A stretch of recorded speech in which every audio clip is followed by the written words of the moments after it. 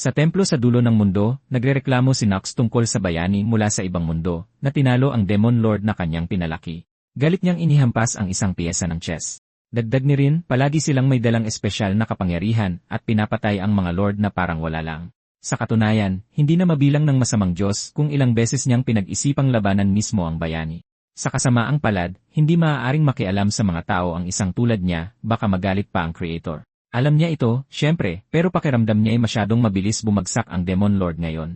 Totoong natalo ang kanyang nilikha sa pinakamabilis na panahon. Dahil dito, masyadong kaunti ang nakalap na negatibong enerhiya, at wala sa balanse ang kanyang lakas. Nasa critical na level na ito, at kailangan na niyang gumawa ng paraan. Iminungkahi niyang muli niyang likhain ang bayani bago pa man ito gawin ng Creator. Kung gagawin niya yon, maaari siyang maglagay ng sumpa sa kaluluwa nito na pipigil sa kanyang maging bayani muli. Nang maintindihan na maaari silang lumikha ng isang walang kwentang bayani, agad na pumayag ang masamang Diyos. Kalaunan, tinanong niya ang lalaking na reincarnate kung mayroon ba siyang mga katanungan. May seryoso at matigas na itsura si Haru. Sa madaling salita, pinatay nila siya para dalhin sa sariling mundo ng masamang Diyos. Dahil doon, tinanong niya kung mayroon bang tunay na dahilan kung bakit kinailangan siyang patayin. Dahil isa siyang nakatataas na nilalang, tiyak na may kapangyarihan siyang dalhin siya roon nang hindi kinukuha ang kanyang buhay. Sinabihan siyang isang rekwisito ang pagdala sa kanyang kaluluwa doon, kaya wala silang pagpipilian. Dahil doon, hinayaan siyang mamatay sa biglaan at kalunos-lunos na paraan na magbibigay ng maraming negatibong enerhiya na magagamit niya sa spell. Sa kumpirmasyong patay na nga talaga siya, nanginig sa pagkalito ang mga braso ng kaawa-awang tao. Wala nang magagawa tungkol dito ngayon. Kahit papaano, dapat siyang makatanggap ng espesyal na skill bilang kabayaran sa abala. Kahit masama siya, si Nox ay isa pa ring makapangyarihang Diyos. Habang dumadaloy sa isipan ng binata ang iba't ibang klase at kakayahan na maaari niyang makuha, tinawag siya ng mga ito, sinasabing mayroon silang ibibigay. Buong kumpiyansang nanumpa si Haru na gagana ito, pero umaasa pa rin siya ng isang cheat skill. Sa kanyang pagkagulat, isang sumpa sa kanyang kaluluwa ang ipinagkaloob sa kanya. Lumutang patungo sa kanyang katawan ang piyesa ng chess na naglalaman nito, habang sinusubukan pa rin niyang intindihin ang mga salita. Dahil hindi nila siya maaaring hayaang gumala at gumawa ng pangalan para sa sarili, bibigyan siya ng status lock. Hindi niya naintindihan kung ano ang ibig sabihin nito sa simula, pero ito ay eksakto sa sinabi ni Nox, at hindi na siya lalagpas sa level 1. Proprotesta sana si Haru sa hindi makatwirang kondisyon, pero ipinapadala na siya palayo.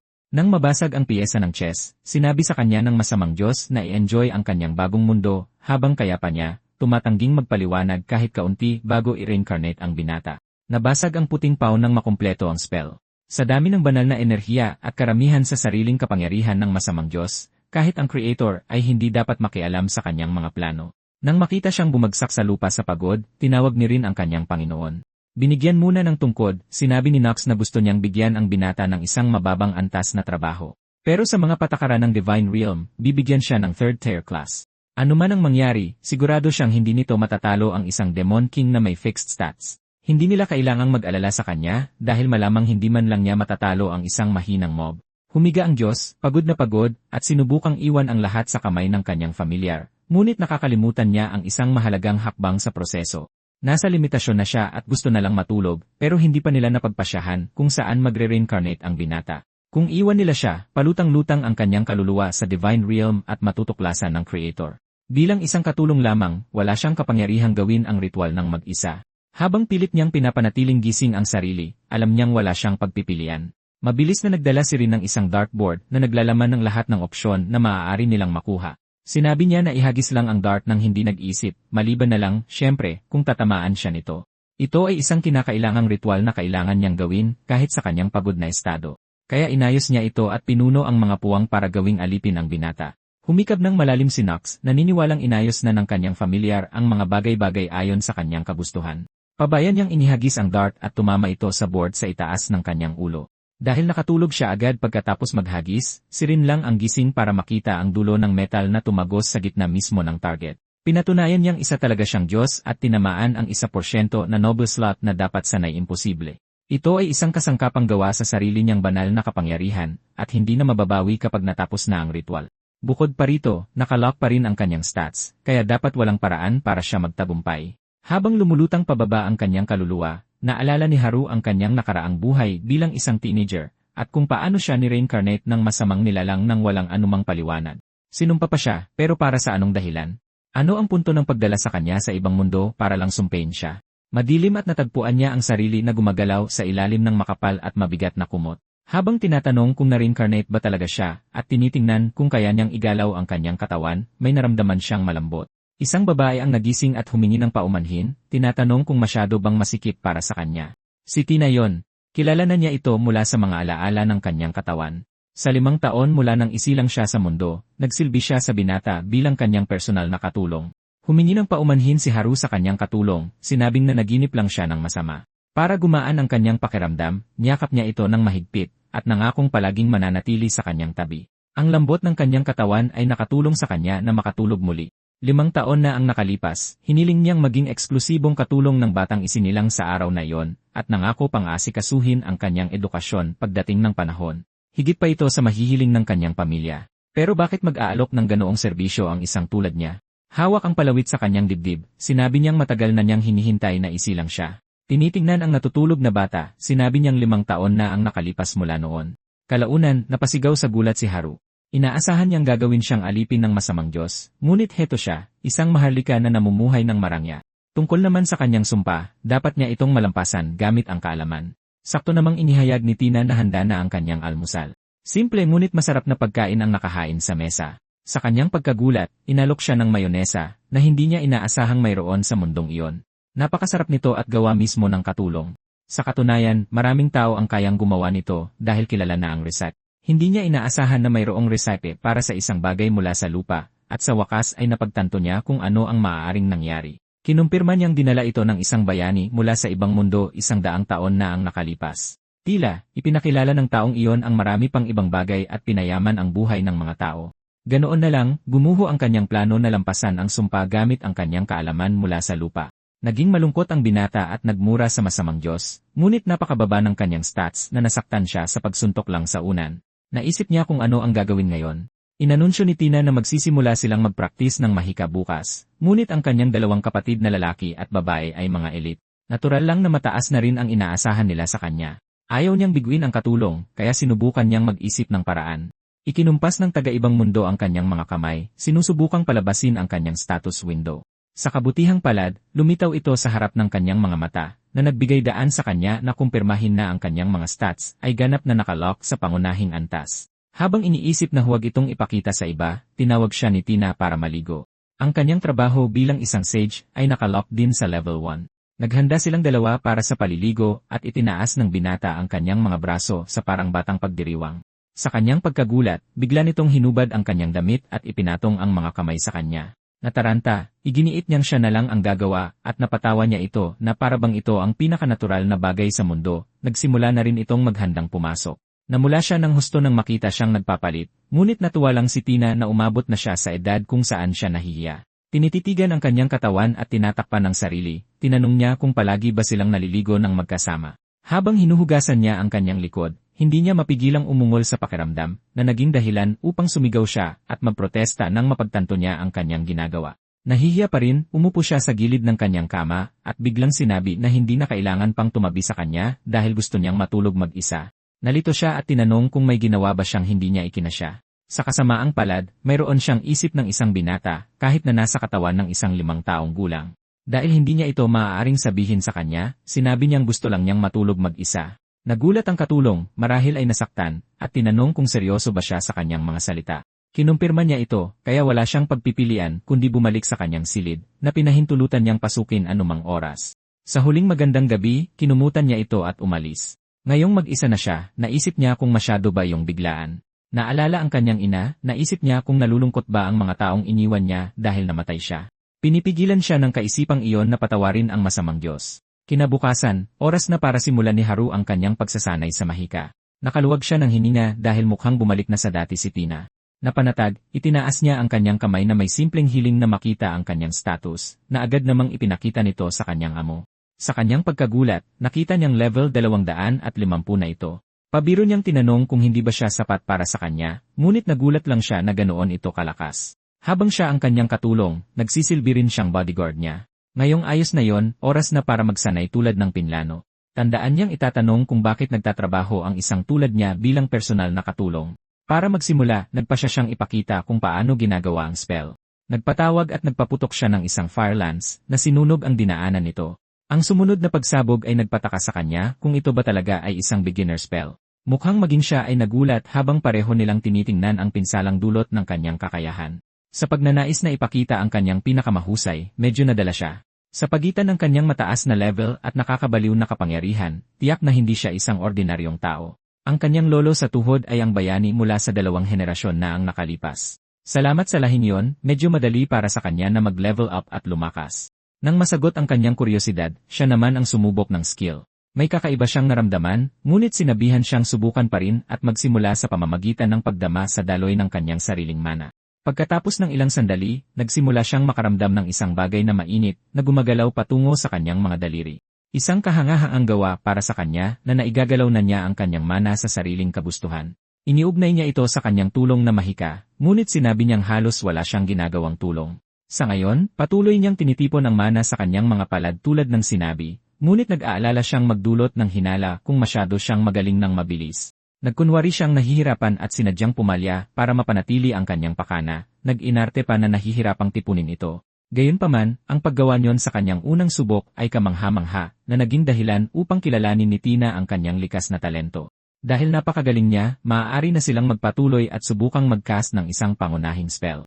Sa kanyang nakakapanatag na ngiti, sumunod ang binata at muling nagtipon ng mana sa kanyang kamay, ngunit tahimik na kinamumuhian ang katotohanang siya ay isinumpa. Sinabihan siyang isipin na mayroon siyang isa pang kamay na umaabot mula sa kanyang mga daliri. Isang target ang lumitaw sa harap niya habang sinusubukan niya ito. Kung mas malinaw ang imahe, mas madaling i-cast ang spell. Kaya nag-isip siya ng isang bagay na sariwa pa sa kanyang isipan. Ginaya niya ang Fire Lance ni Tina na nag-materialize ng nagliliyab na haba kasabay ng malakas na sigaw. Natigilan ang maid dahil nakuha niya ito mula sa hugis ng apoy hanggang sa pagtama ng wasto sa target. Ang perpektong pagcast ng spell sa unang subok ay dapat maging sanhi ng kanyang pagkapagod, ngunit ayos lang siya. Karamihan sa mga tao ay nagdurusa sa pagkaubos ng mana pagkatapos ng isang low-tier spell. Kahit hindi ito kumakain ng maraming mana, maaari silang magpatuloy sa pagsasanay, ngunit nilimitahan niya ito sa 3 pang tira sa ngayon. Masaya si Haru na kaya niyang gumamit ng mahika kahit na stuck siya sa level 1. Lumipas ang araw ng mapayapa. Kailangang pumunta ni Tina sa bayan, kaya inabutan niya ito ng isang kampanilya na maaari niyang patunugin para tawagin siya. Kahit malayo siya, nangako siyang darating agad. Habang wala muna ang katulong, gusto niyang makita kung gaano karaming tira ang kaya niyang gawin, ngunit nangakong titigil kung mapagod kahit kaunti. Sunod-sunod niyang pinakawalan ang Fire Lance na halos masunog ang hardin. Walang katapusan nito at nagsisimula ng kumapal ang usok mula sa mga pagsabog. Pagkatapos magpaputok ng 30 beses, kakaibang ayos lang siya at hindi man lang napagod. May naramdamang kakaiba, binuksan niya ang kanyang status window. Walang nagbago sa kanyang mga status value, kasama na ang kanyang reserbang mana. Kahit 30 lance ang pinakawalan, puno pa rin ang kanyang mana. Napagtanto niyang hindi ito nauubos dahil hindi ito maaaring maubos. Para subukan, nagcast pa siya ng ilang spell habang bukas ang kanyang window at kinumpirma na hindi talaga nababawasan ang kanyang mana tulad ng inaasahan niya. Hindi nililimitahan ng sumpa ang kanyang stats, kundi inilock ito sa isang hindi nababagong estado. Depende sa kung paano niya ito gagamitin, maaari siyang maging sobrang lakas na may walang hanggang mana. Sa kanyang fixed stats, dapat mayroong isang bagay na siya lang ang makakagawa, tulad ng rapid fire o stack casting. Kumalam ng malakas ang kanyang tiyan na sapat na para putulin ang kanyang pag-isip. Tanghali na, ngunit hindi pa bumabalik si Tina na may dalang pagkain. Iniisip kung babalik ba talaga siya sa tawag ng kampanilya, sinubukan niya itong iwagayway. Sa isang iglap, lumitaw siya, literal na lumilipad tulad ng sinabi niya, at tinatanong kung ligtas ba siya. Walang katapusang tanong tungkol sa kanyang kalagayan, kaya inamin ng binata na medyo nagutom lang siya dahil sa oras. Nang mapagtanto kung gaano nakatanghali, humingi siya ng paumanhin at nagmamadaling umalis para maghanda ng tanghalian sa lalong madaling panahon. Nagsisi siyang tinawag niya ito para sa ganoong bagay lamang. Habang gusto niyang gumanti kay Nox, gusto rin niyang maging isang taong maipagmamalaki ni Tina at nanumpang magiging mas malakas para sa kanya. Ang unang nilalang na natalo ni Haru ay isang maliit na halimaw. Isang buwan sa kanyang reincarnation, hinabol niya ang isang horned bunny at humingi ng tulong kay Tina. Kasunod ng tradisyon ng kanyang pamilya, nasa una siyang pangangaso ng halimaw. Sumusunod sa kanyang mga utos, kumilos ang katulong para hawakan ang target para sa kanyang amo.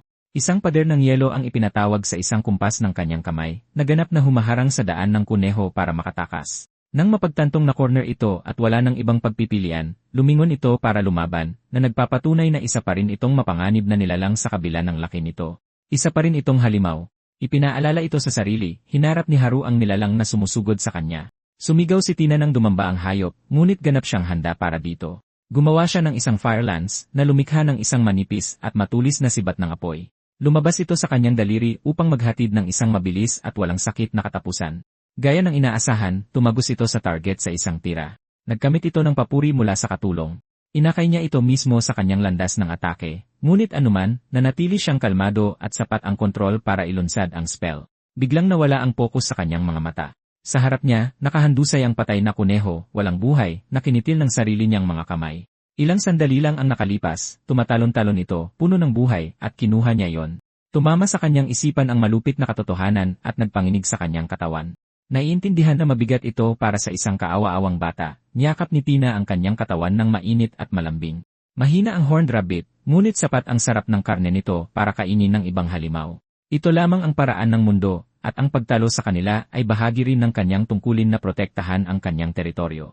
Sa madaling salita, kailangan nilang tanggapin at ipagpasalamat ang buhay ng maliit na nilalang. Nang makitang kakatayin na niya ito, humiling si Haru na turuan siyang gawin ito mismo.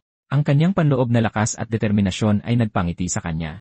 Ginamit nilang dalawa ang oras sa pag-apply ng natutunan ng binata tungkol sa pagkatay at kalaunan ay naghapunan gamit ang karne ng kuneho.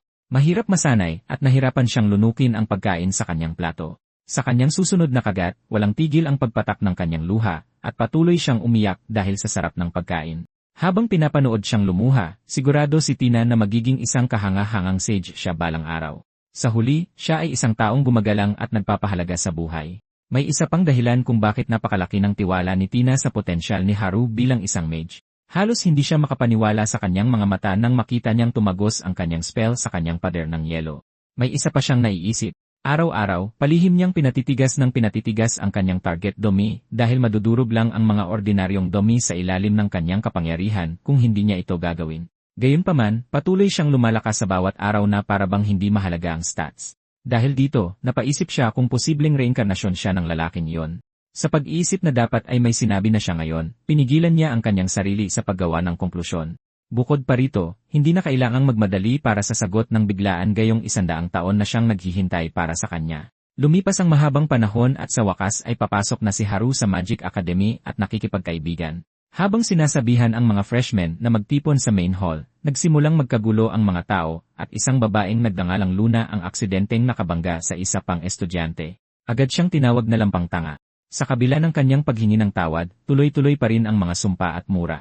Sinabi ng isang lalaking mukhang dagan na marahil ay hindi niya napagtanto na anak ng isang maharlika ang nabangga niya. Dahil dito, nagsimula siyang magpanik at nagtanong kung mayroon siyang magagawa. Nang mapansin ni Haru ang kaguluhan at nagtaka kung nabangga niya ang grupo, sinabi ng isa pang lalaki na kabaligtaran ito, pero binubuli lang siya ng mga maharlika dahil isa siyang karaniwang tao. Kung sakaling pagbuhatan nila ito ng kamay, handa si Luke na lumaban anuman ang kanilang estado. Sakto namang sinabihan siyang tumigil muna dahil gusto ni Haru na siya na mismo ang bahala sa mga ugo. Noong una, pinipigilan siyang gawin iyon, ngunit nakilala ang mga disenyo at marka sa kanyang damit. Batay sa 3 guhit sa kanyang kwelyo, malamang na nagmula siya sa pamilya ng isang count. Pumagit na si Haru sa kanila, nakialam upang pigilan sila sa patuloy na panggugulo sa kanya. Hindi makapaniwalang pinigilan, tinanong ni Nard kung kilala man lang ba nila kung sino siya. Habang tinititigan siya ni Haru nang walang pakialam, sumabat ang alipores ng maharlika, na gustong umatras dahil anak siya ng isang count. Dahil ayaw ring gumawa ng eksena, sinabihan siya ulit ng lalaki na umatras. Dahil dehado, umalis siya kasama ang kanyang mga alipores, na nagbigay daan sa iba na tingnan ang kalagayan ni Luna. Sa pag-iit ni Haru na hindi lahat ng maharlika ay ugok, tumigil siya sa pag-iyak at nagpasalamat sa pagtulong niya. Bigla na lang nila siyang pinalibutan at sinimulang sigawan, na isang nakakatakot na karanasan. Sakto namang humingi ng paumanhin si Luke sa anak ng count, dahil hindi niya namalayan ang estado nito at naging bastos kanina. Pabiro siyang tinukso dahil sa pagtawag sa lalaki na tanga. Sa kabutihang palad, sinusubukan lang din niyang tumulong, kaya hindi na kailangang humingi ng paumanhin. Gayunpaman, pinagsisisihan niyang hindi niya nagawa ang ginawa niya. Masayang iminungkahi ni Haru na maging magkaibigan sila na ikinagulat ng binata. Lumala pa ito at para siyang tinakot para tanggapin ang alok ng pagkakaibigan. Nataranta, napasigaw siya sa kanyang totoong boses at sa huli ay napabuntong hininga na lang sa pagsuko. Dahil dito, nagkamayan sila at sumang-ayon na magkakasundo mula ngayon. Nakita ito ni Luna at sinabing gusto niya ring maging kaibigan nila. Masayang tinanggap ito ng maharlika, ipinakilala ang kanyang sarili at maging si Luke bilang kanyang bagong matalik na kaibigan. Habang nagulat ang lalaki sa biglaang pagiging malapit, mabilis na nagkasundo ang tatlong batang estudyante at inaabangan ang kanilang namumuong pagkakaibigan. Ang entrance ceremony ay natapos ng mas mabilis kaysa sa inaasahan. Dahil bukas na ang class placements, inanyayahan ni Haru ang dalawa na dumaan sa kanyang tirahan sa eskwelahan dahil malamang na malayo ang kanilang tinitirhan. Gumugol sila ng ilang oras sa pagsunod sa isang mapa, ngunit hindi mahanap ng lalaki ang kanyang bahay. Sa isang punto, huminto si Luke at itinuro ang bahay sa harap nila, nagtatanong kung iyon ba ang sa kanya. Isa itong mansyon at napakagara nito kaya hindi makapaniwala ang Maharlika. Habang namamangha ang kanyang mga kaibigan, gusto niyang pagalitan ang kanyang ama sa pagiging Naramdaman ni Tina ang kanyang presensya at lumitaw sa may pinto para salubungin siya sa pag-uwi. Napansin ang mga bisita, ipinakilala siya sa mga bagong kaibigan na nakuha ng kanyang amo ngayon, at hindi siya mapigilang matuwa na nakikihalubilo na ito sa loob lang ng isang araw. Dahil nandyan na rin sila, gusto niyang makasabay sa hapunan ang dalawa, kaya't sinabihan sila ng katulong na magpahinga sa sala habang naghahanda siya ng pagkain. Nagkaroon sila ng kaunting kwentuhan, ibinabahagi ang kanilang pag-asa na maging magkaklase sa placements bukas. Ang hindi nila napapansin ay naririnig ni Tina ang maikling usapan na ito. Kinabukasan, natuwa ang tatlo nang malaman na magkaklase silang lahat. Habang itinanggi ni Haru ang posibilidad na gumawa ng paraan ang kanyang ama para mangyari ito, nagtungo sila sa itinalagang silid ng kanilang klase, na mukhang magara para sa mga freshmen. Sa ngayon, nagpasya silang pumasok sa loob para opisyal na simulan ang araw.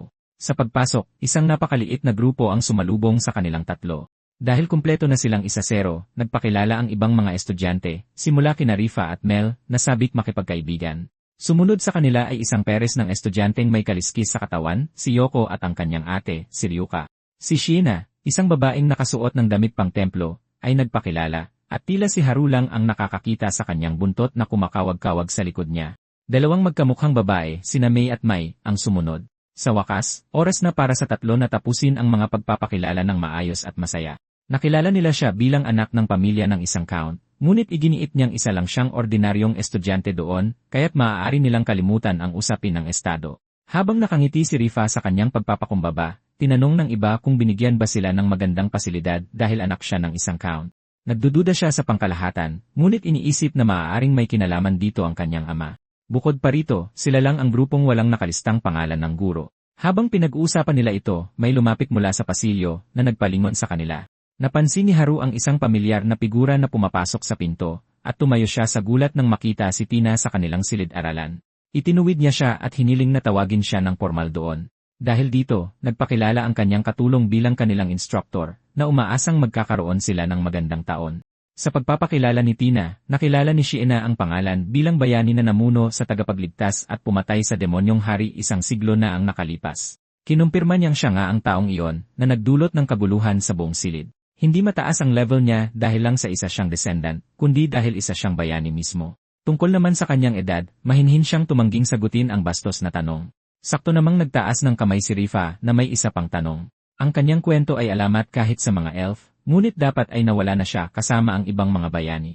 Nauunawaan ang kanilang mga pagdududa sa kanyang pagkakakilanlan, pinawi niya ang kanilang pag-aalinlangan sa pamamagitan ng pagpapakita ng kanyang status window sa harap ng klase. Level 250 na siya, kaya bakit magboboluntaryo ang isang tulad niya na maging kanilang guro? Bilang sagot, sinabi ni Tina na nababagot siya. Ganoon lang kasimple. Ito ay isang di kasiyasyang sagot na ikinalito ng mga estudyante, kaya ibinahagi niya kung paano siya talaga ang personal na katulong ni Haru sa pamilya. Dahil nasa akademya siya, naging boring ang oras niya sa mansyon, kaya nag-apply siya para sa posisyon ng pagtuturo. Napansin ng binata ang kilos ng kanyang mga kamay, isang bagay na ginagawa niya tuwing nagsisinungaling siya. Nagtataka siya kung ano ang kanyang itinatago sa pagkakataong ito. Sa pagpapatuloy, pinag-usapan nila ang mga sapilitang labanan sa ibang mga klase na ginaganap buwan-buwan sa buong semestre. Dahil siguradong hahamunin sila ng lahat, hinihikayat niya silang gawin ang kanilang makakaya.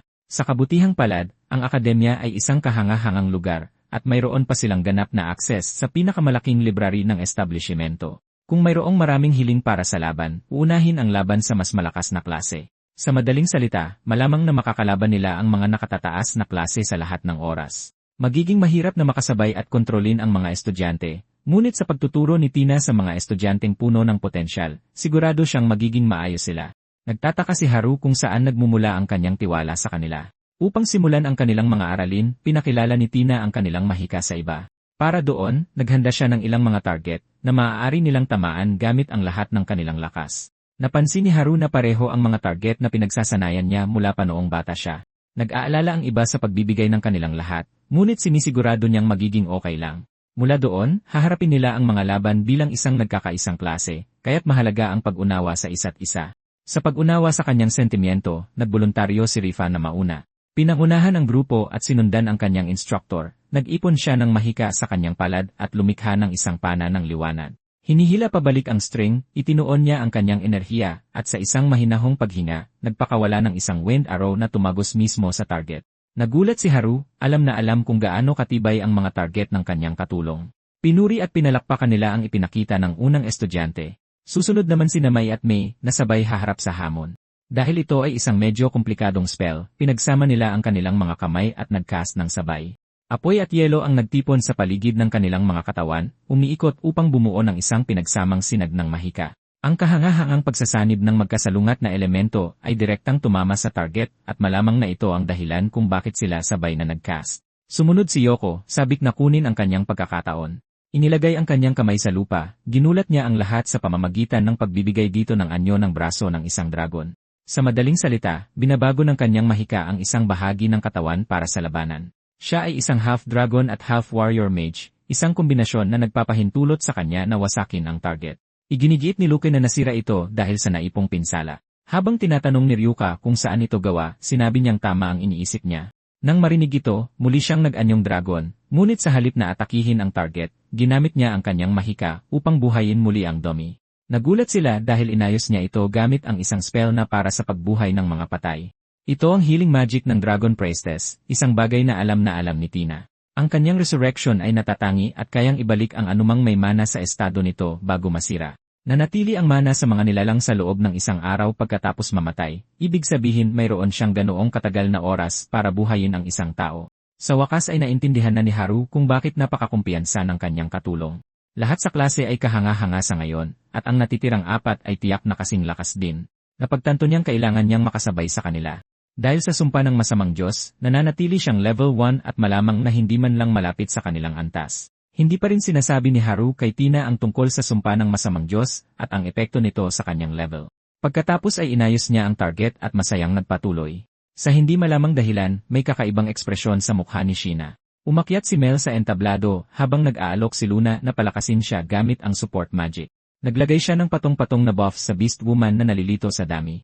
Maging ang iba ay nagulat sa kanyang ginawa dahil wala pa sa kanila ang nakakita ng ganoon kalakas na enhancement magic. Sa lakas na dumadaloy at nag-aalab sa bawat pulgada ng kanyang katawan, nagpakawala si Mel ng sunod-sunod na atake sa isang iglap. Dahil sa dami ng buff sa kanya, tuluyang nadurog ang target sa kinatatayuan nito. Natulala si Yoko sa hindi makapaniwalang naungusan siya nito sa pamamagitan ng pagwasak dito ng walang bakas. Habang pinupuri nila ang dalawang estudyante sa pagiging magaling na duo, nawala si Sheena nang hindi pa kumukuha ng kanyang turno. Maging si Tina ay hindi napansin at sinabing 8 demonstrasyon na ang natapos sa ngayon.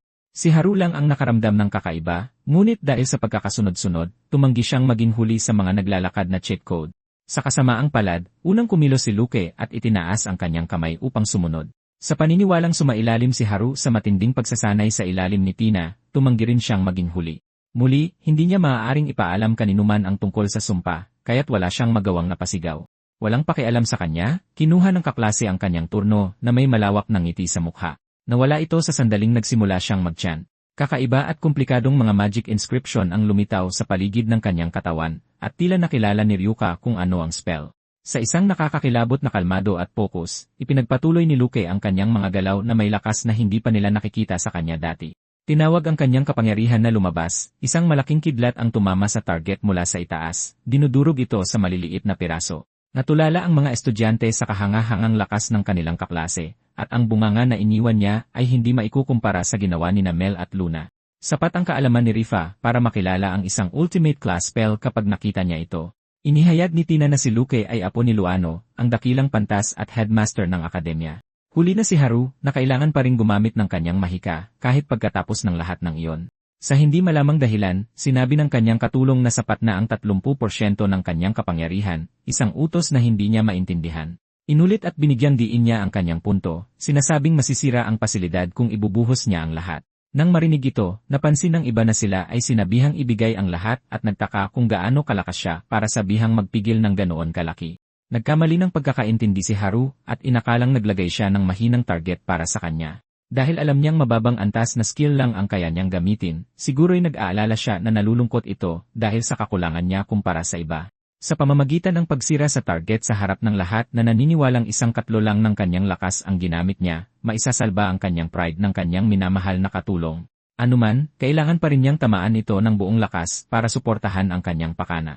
Sa pagkakaunawaan, nagpatuloy sila habang naglagay si Tina ng protection spell sa lahat para sa anumang mangyari. Tumangging sayangin ang kanyang pag-aalala, humakbang si Haru para kunin ang kanyang turno.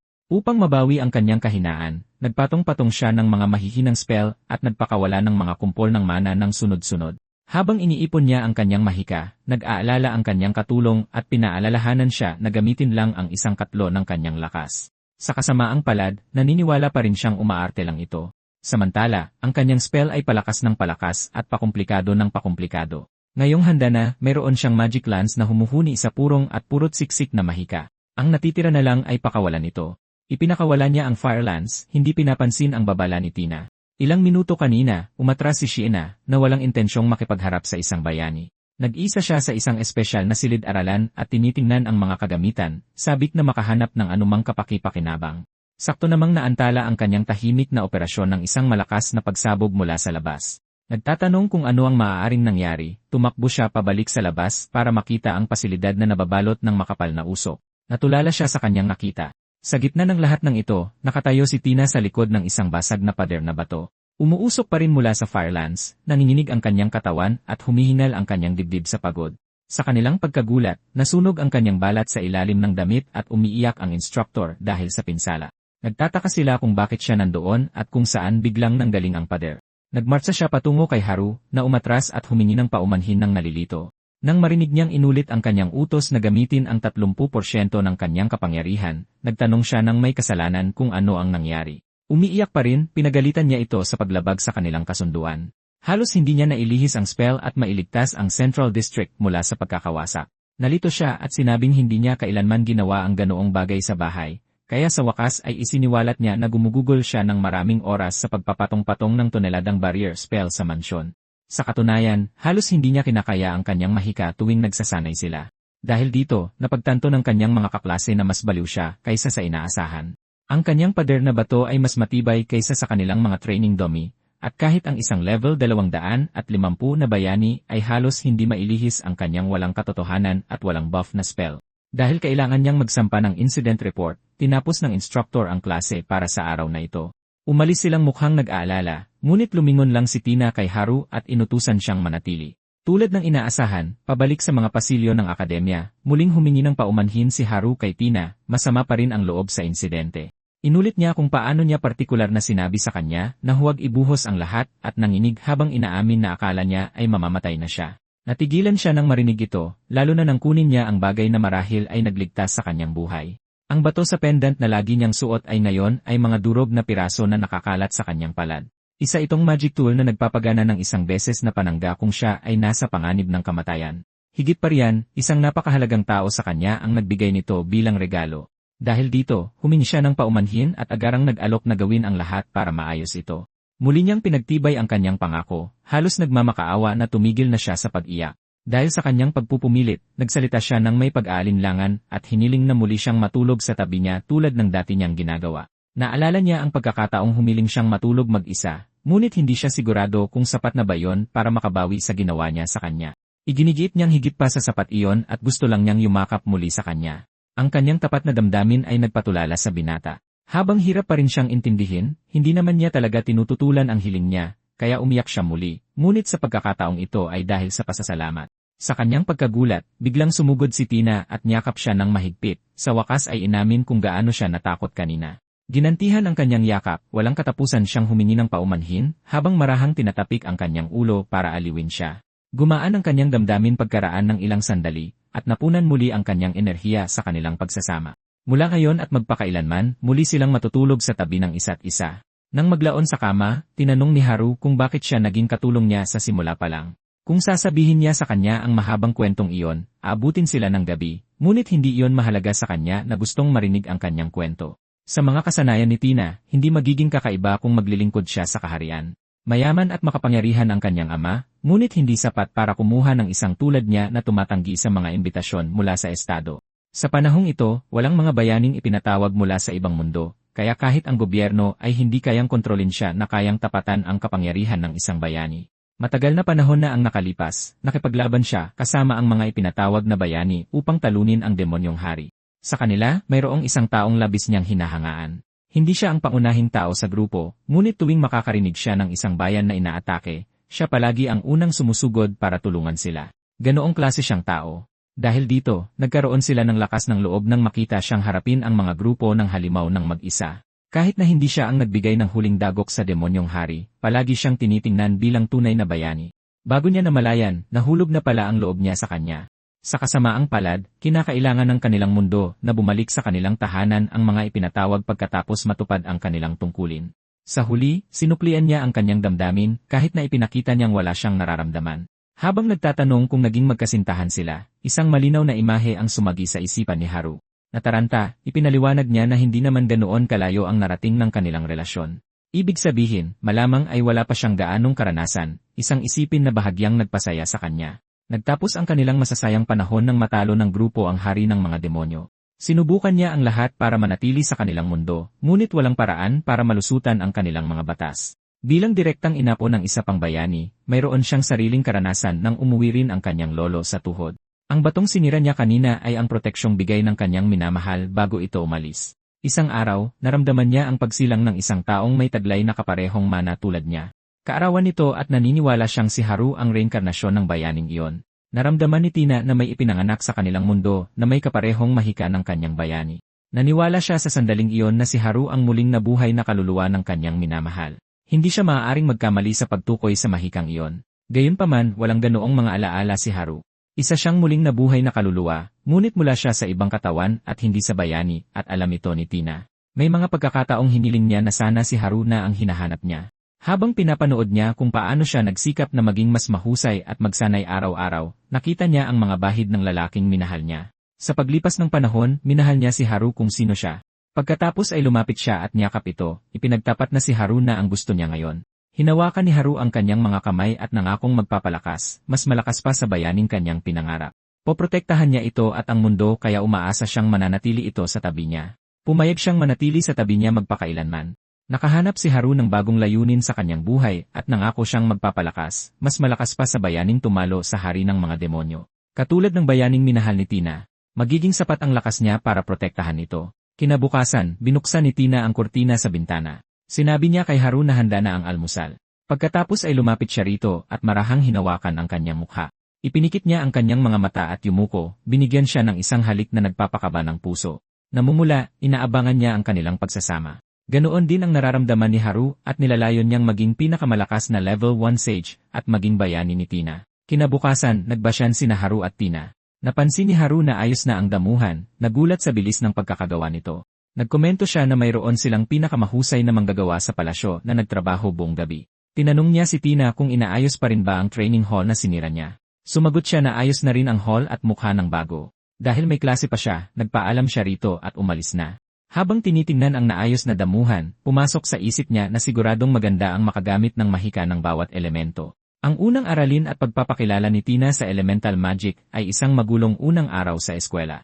Sa kabutihang palad, nailigtas siya kahit paano ng kanyang estado bilang anak ng Count. Nag-aalala siya kung anong maaaring mangyari kung malaman ng lahat na level 1 lang siya. Dumating siya sa silid-aralan at pinag-iisipan pa ring gamitin ang bawat kasangkapang mayroon siya para makaligtas sa akademya. Sa ngayon, may mga bago siyang layuning dapat tuparin at iyon ang mahalaga. Dahil malalim pa rin ang kanyang iniisip, nagulat siyang may bumulong sa kanya na ang kanyang mahika kahapon ay hindi pangkaraniwan. Nang lumingon siya, si Sheena pala iyon na nagsabing kanina pa siya roon bago pa man siya dumating sa silid-aralan. Bigla niyang naalala na wala si Sheena sa training grounds kahapon at hindi niya nakita ang mahika nito. Natigilan siya sandali at saka ngumiti, sinasabing nakita na niya ang mahika nito. Ipinaliwanag niya na ang kanyang mahika ay kinabibilangan ng pagtatago ng kanyang presensya, na nagpapahirap sa sinuman na matukoy siya. Ngunit hindi ito ganoon kasimple dahil gumagamit siya ng mas mataas na antas ng spell at tinutulungan siya nitong mas madaling makaiwas sa mga pisikal na atake. Dahil hindi marami ang makagamit ng spell, itinuturing itong isang pambihirang kakayahan. Mukhang nalilito si Haru at nagtanong kung mayroon ba siyang ibang kapangyarihan dahil sa kanyang mga buntot. Nagulat ang dalaga nang marinig ito dahil bihira para sa isang tao na makita ang kanyang mga buntot. Inamin niya na nakita na niya ang buntot nito mula pa kahapon, ngunit hindi nagkaroon ng pagkakataong banggitin ito. Bigla, naging depensibo si Shiina at pinagana ang kanyang buntot. Iniisip kung dapat na ba niyang tapusin ang binata dahil sa pagkatuklas nito sa kanyang sikreto. Napalunok si Haru at kinabahan ngayon matapos ilagay ang sarili sa panganib. Sinabi niya ritong kumalma at sinabing ayaw niyang magsimula ng hindi pagkakaunawaan sa isang kaklase. Hindi niya ito pinansin at nagpatuloy sa pag-isip na tapusin na siya. Nangatuwiran siya na pakinggan muna siya nito, nangangakong hindi sasabihin kaninuman ang kanyang sikreto. Pagkatapos ay tiningnan niya ito ng may determinasyon at inilapit gamit ang kanyang mga buntot. Sa isang mabilis na kilos, hinawakan niya ang kamay nito at hinalikan ito. Nagtanong siya kung anong ginagawa nito at sumagot siyang gumawa lang siya ng kontrata sa kanya. Pagkatapos ng pagcast, isang kupas na magical crest ang lumitaw sa kanyang kamay. Iniisip niya kung nangangahulugan ba itong nasa ilalim na siya ng kanyang mga utos mula ngayon at hindi na makakatanggi sa kanyang mga salita. Gayunpaman, ibinunyag niyang kabaligtaran ito. Ang kontratang kabubuo lang nila ay nangangahulugang siya ang maglilingkod sa kanya at ito ang gumagawa sa kanya bilang amo. Ipinaliwanag niya na ang mga ninitailed fox na tulad niya ay kumukuha ng lakas mula sa mahika. Ang mga ganap na ninitailed fox ay maaaring magdulot ng pinsala at maging banta sa sangkatauhan kung gugustuhin nila. Inamin niyang pumasok siya sa akademya upang sumipsip ng mahika at planong gawing puppet ang lahat gamit ang kanyang mind control magic. Magiging maganda rin na gawing base ng operasyon niya ang akademya. Nang marinig ang kanyang masasamang plano, binatukan siya ni Haru sa ulo para ibalik sa realidad. Nasaktan, nagtanong siya kung bakit nararapat siyang saktan gayong ang iniisip lang niya ay kung paano nila pamumunuan ang mundo. Sa takdang panahon, pamumunuan ni Haru ang kaharian at maglalakad sila ng magkasama upang dominahin ang sangkatauhan. Pagkatapos ay binatukan niya ulit ito sa pag-asang matauhan ito. Nag-aalala para sa kanya, nakiusap siyang itigil na ang pag-iisip ng masama at mapanganib na mga bagay. Dinuraan siya nito. Nadismaya na wala siyang mas malaking pagnanais na pamunuan ang mundo gamit ang kanyang malakas na kapangyarihan. Natigilan siya sandali na aalala na minsan din niyang pinangarap na dominahin ang mundo matapos sa pilitang ma-reincarnate. Medyo nakakatukso ang kanyang mga salita, ngunit sa ngayon, hindi na siya interesado sa pagdomina sa mundo. Ayaw niyang maging hari ng demonyo at sa halip ay nangangarap na maging isang bayani na titingalain ng lahat. Namutla siya nang marinig ang plano niyang maging isang bayani. Nagtanong siya kung hindi ba niya plano na pagsamantalahan siya tulad ng ginagawa ng ibang tao. Dahil kaya niyang sumipsip ng malaking halaga ng mana, marami ang gustong gamitin ang kanyang kapangyarihan para sa kanilang sariling makasariling dahilan. Tutal, laging ninanais ng mga tao na nakawin ang kanilang kapangyarihan at pagsamantalahan sila. Bigla, nagsimulang umikot ang ulo ni Shiina at nagsimula siyang makakita ng mga imahe mula sa nakaraan. Sa isang bundok na nababalutan ng niebe, isang ninitailed fox ang namataan ng isang grupo ng mga tao. Sinubukan nilang hulihin ang hayop upang ibenta ito sa malaking halaga.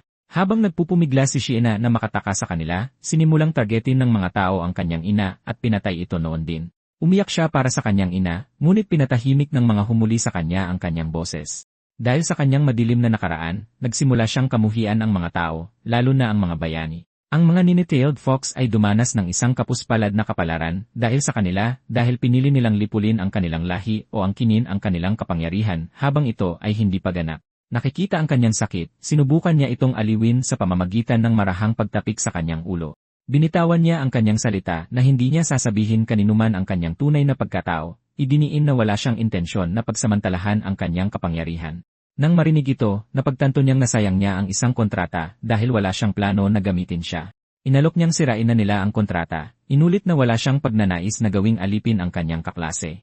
Gayunpaman, ibinunyag niyang hindi niya ito masisira. Ibinunyag niya na dahil ginamit niya ang isa sa kanyang mga buntot para i-cast ang spell, masyado itong malakas para sirain mula sa kanyang panig. Nang tanungin kung kaya itong sirain ni Haru mismo, ipinaliwanag niyang ginawa rin niyang imposible para sa kanya na alisin ang kontrata sa takot na saktan siya nito. Ang kontrata ay nagsimulang magpakita kay Haru. Mula sa kanyang pagkakaintindi, dapat sundin ni Shiina ang lahat ng kanyang utos hanggat hindi nalalagay sa panganib ang kanyang buhay. Iniaalok niya sa kanya ang lahat ng kanyang pag-aari kapalit ng pagpapanatili ng kanyang buhay. Nang makita siyang sumusuko sa kanya, hindi niya maiwasang haplusin ito. Tila nagkaroon siya ng protektibong ugali sa nine-tailed fox. Kinabukasan, nagulat si Luke na makitang natutulog si Shiina sa kandungan ni Haru. Dahil sa kuryosidad, tinanong niya kung may relasyon ba sila. Malabong sumagot si Haru na nasa isang kakaibang relasyon sila at sinubukang gisingin si Shiina at pabalikin sa kanyang upuan dahil malapit nang dumating ang kanilang mga kaklase. Agad siyang umiti rito at sinunod ang kanyang pakiusap, bahagyang sumandal sa kanya para mas maramdaman ang paghaplos nito. Dahil dito, nagkaroon si Haru ng isang masunuring demonyo na kayang magdulot ng mga natural na sakuna. Kalaunan, nasa hardin sina Tina at Haru nang makaramdam sila ng presensyang nagmamasid sa kanila mula sa malayo. Naramdaman ni Tina na si Sheena iyon at sinabihan itong lumabas sa pinagtataguan. Lumitaw ang Nine-Tailed Fox at pinuri si Tina sa malinaw na pagdama sa kanya, kahit na hindi ito ang amo na kinontrata niya. Pinasalamatan siya ni Tina para sa papuri, ngunit nagtanong kung bakit niya sila sinusundan at tungkol sa kontrata. Matapos ipaliwanag ni Haru ang sitwasyon, hindi maiwasan ni Tina na mainis dahil ang demonyo ay halos idinikit na ang sarili sa kanyang amo. Sa galit, nag-activate siya ng isang spell. Sinubukan ni Sheena na ipaliwanag na sa kontrata, siya ay nakatali sa ganap na pagsunod sa kanyang amo, kaya susundin niya ang kanyang hiling na huwag siyang atakihin. Pumagit na siya sa kanila habang itinuturo ni Tina na dahil sa hangal na kontrata, obligado siyang protektahan ang Fox. Sinabi niya kay Tina na kumalma at ipinakita na wala siyang crest sa kanyang kamay di tulad ni Sheena, na ikinagulat nito. Tiningnan niya ang kanyang system at isinumpa pa rin ang kanyang status. Lumalabas na naglaho ang kanyang crest dahil sa kanyang sumpa. Sa tingin niya ay cute lang ang maliit na Nine-Tailed Fox at nararamdaman ang pangangailangang protektahan ito. Upang pakalmahin si Tina na hindi magiging problema ang maliit na fox, sinubukan niyang utusan si Sheena. Sinabihan niya itong umikot at magmeow na agad namang sinunod ng fox. Ipinakita ni Haru kay Tina na kontrolado niya ang lahat, kaya hindi na niya kailangang mag-alala. May magkahalong ekspresyon sa kanyang mukha. Sinabi ni Tina na kahit hindi kayang saktan ni Sheena si Haru, kaya niyang saktan ang ibang tao. Dahil dito, sinabi lang ni Haru kay Sheena na bawal siyang umatake ng mga tao maliban kung bibigyan niya ito ng pahintulot. Sumang-ayon si Sheena at dapat itong makatulong sa paglutas ng kanilang problema. Tiniyak din ni Haru na pananatilihin niya ito sa kanyang tabi para mabantayan niya. Binanggit ni Tina na mapanganib ang pagpapanatili ng isang demonyo sa kanyang tabi. Bukod pa rito, dahil babae si Sheena, magiging mapanganib siya para sa kabutihan ni Haru dahil palagi silang magkasama. Habang pinapanood silang nagtatalo, inaasahan na ni Sheena ang pagdududa ni Tina sa kanya. Determinado siyang talunin si Tina para sa atensyon ni Haru. Kahit na si Tina ang personal na katulong ni Haru, kailangan pa rin niyang idikit ang sarili sa kanya at tiyakin sa kanya ito sa sandal. Susunod, kailangan niyang sakupin si Haru at humanap ng paraan para suluhin siya. Pagsapit ng gabi, gagamitin niya ang kanyang mga alindog sa kanyang amo. Ang isipin pa lang na mapalapit kay Haru ay nagpapangiti sa kanya ng may kapilyahan. Sumapit ang gabi at si Tina ay nasa kanyang manipis na pantulog na. Nagmarcha siya patungo sa kama ng kanyang amo, ngunit nadismaya nang maunahan siya ni Sheena. Ipinaliwanag ni Sheena na ang pinakaligtas na lugar para sa kanya ay sa tabi ng kanyang amo. Kinuwestiyon din niya kung bakit tila plano rin ni Tina na matulog sa tabi ni Haru. Inamin ni Tina na matutulog siya kasama si Haru, ngunit itinuro ng Fox na mali iyon dahil guro nila siya sa akademya. Nadismaya, sumagot si Tina na walang panuntunan sa akademya na nagbabawal sa kanya na makasama ang kanyang amo. Gustong magpahinga, tinawag ni Haru si Tina para matulog sa kabilang panig ng kama. Nang marinig ito, agad na sumigla si Tina at lumapit sa kanya sa kama. Pagkatapos ay sinabi niya kay Sheena na umusog palapit at sa wakas ay nakatulog na sila. Kinabukasan, maagang gumising si Tina para magluto ng almusal. Pagkatapos ay tiningnan niya ang kanyang among mahimbing na natutulog sa tabi ni Sheena sa anyong Fox nito. Nakaramdam ng init sa kanyang puso, umiti siya rito iniisip na hindi siya maaaring magalit sa kanyang inosenteng amo. Kalaunan, gising na si Sheena at sumilip kay Tina na nagluluto ng almusal sa kusina. Sinulyapan ng Nine-Tailed Fox ang inihandang pagkain at nagkomento na mukha itong masarap. Inalok siya ni Tina ng isang kagat na tinanggap naman ni Sheena. Ninuyan ng dalaga ang pagkain at natuwa nang pumutok ang mga alon ng lasa sa loob ng kanyang bibig. Sinabi niyang hindi pa siya nakakatikim ng anumang ganoon kasarap sa kanyang buhay. Sinabi sa kanya ni Tina na paborito ni Haru ang ulam. Natigilan sandali ang dalaga at tiningnan ang ulam sa kanyang harapan. Bumuntong hininga si Tina at nag-alok na turuan siyang magluto ng pagkain na parang nababasa ang kanyang isip. Sumigla ang Nine-Tailed Fox sa pag-iisip pa lang na makakagawa rin siya ng masarap na pagkain para sa kanyang amo. Ninisyan siya ni Tina at nangakong tuturuan siya dahil mananatili siya sa parehong mansyon kasama ang kanyang amo. Kalaunan, tinuturuan ni Tina si Sheena ng ulam. Maraming balat ng itlog ang nahulog ng dalaga sa mangkok, ngunit hindi ito masamang simula para sa kanya. Susunod, maingat niyang ibinuhos ang pinaghalong itlog sa kawali. Sinabi sa kanya ni Tina na ang kagamitang ginagamit niya ay gawa sa tanso, na may mahusay na thermal conductivity upang maging malambot ang itlog. Ilang sandali pa, tapos na ang ulam at unang tinikman ito ni Sheena. Namangha siya na ang simpleng itlog ay maaaring maging isang dekalidad na ulam. Matapos siyang matagumpay na turuan kung paano gumawa ng omelette, nasasabik si Tina na turuan siyang magluto ng mga pagkaing may sabaw mamaya. Iniisip ng Fox kung ano ang sasabihin sa kanya ni Haru kapag natikman na nito ang kanyang omelette. Pagkatapos ay tinanong niya si Tina kung tulog pa ba ang kanilang amo. Sumagot ang katulong na dapat ay katatapos lang niyang tumakbo at magsanay ng mahika sa likod bahay. Totoo nga. Nang tumingin sila sa ibaba mula sa bintana, nagsasanay na ang binata kung paano magpalabas ng mahika. Ikinuwento ni Tina na napakatiyagan niyang bata mula pa noong 5 taong gulang siya. Magiliw siyang ngumiti sa alaala at ibinunyag na ang dahilan kung bakit mayroong napakalakas na mga harang na pandepensa sa paligid ng mansyon ay dahil sa hindi matinag na determinasyon ng kanyang amo. Palagi siyang handang matuto ng mga bagong bagay tungkol sa mahika at isagawa ito. Medyo masipag siya.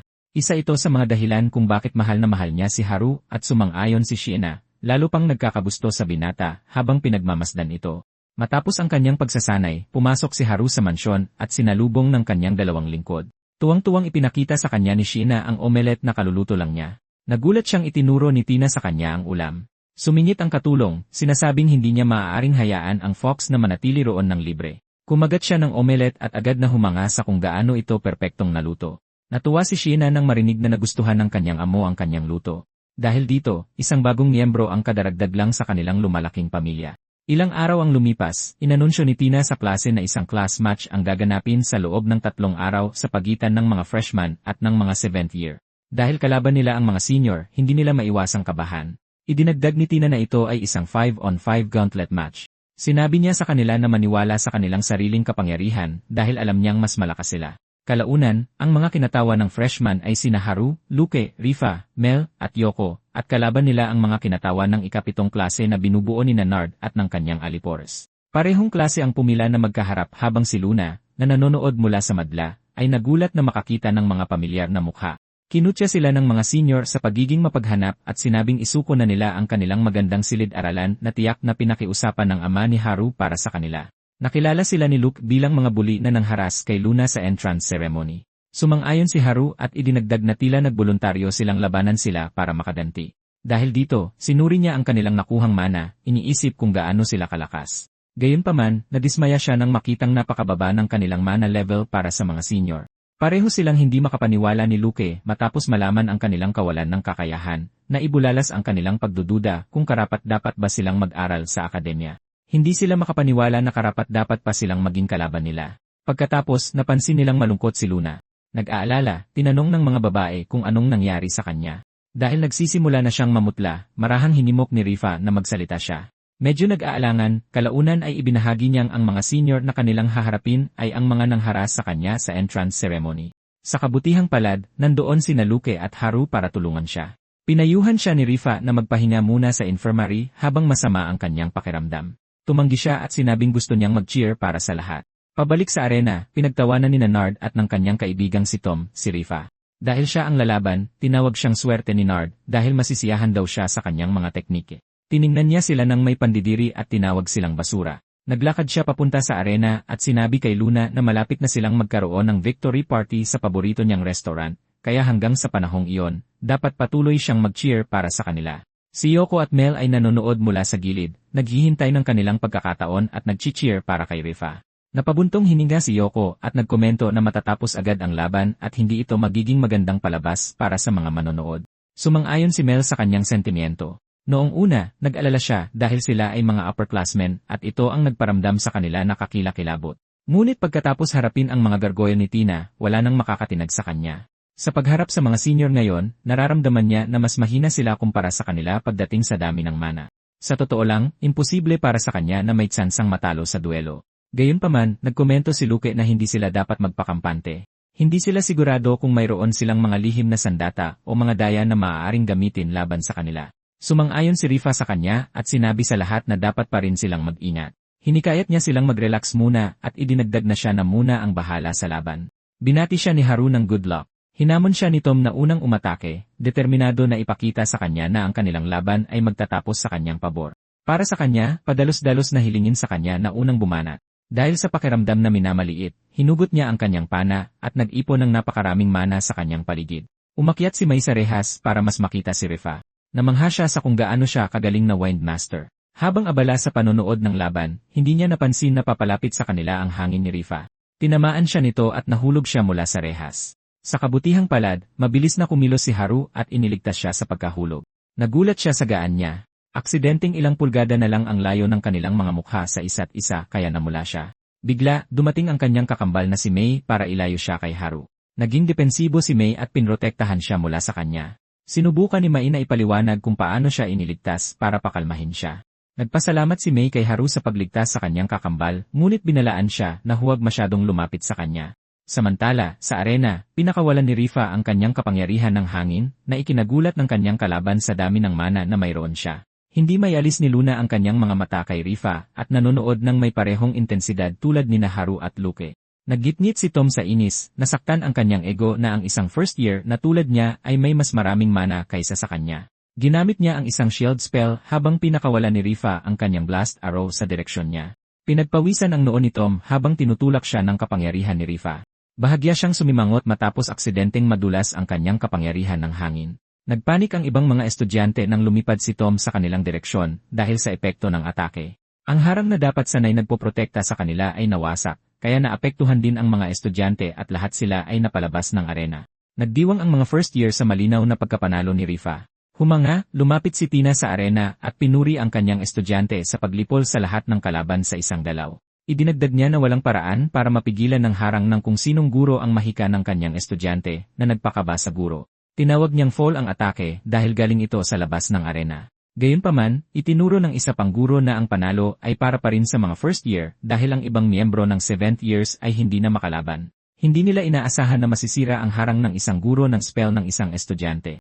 Dahil sa insulto, idineklara ng guro na ang 4 na estudyanteng nasugatan ay hindi opisyal na kasali sa mga kalahok. Dahil dito, tinawag niya ang isa pang estudyanteng nagngangalang Edgar at sinabing siya na ang susunod.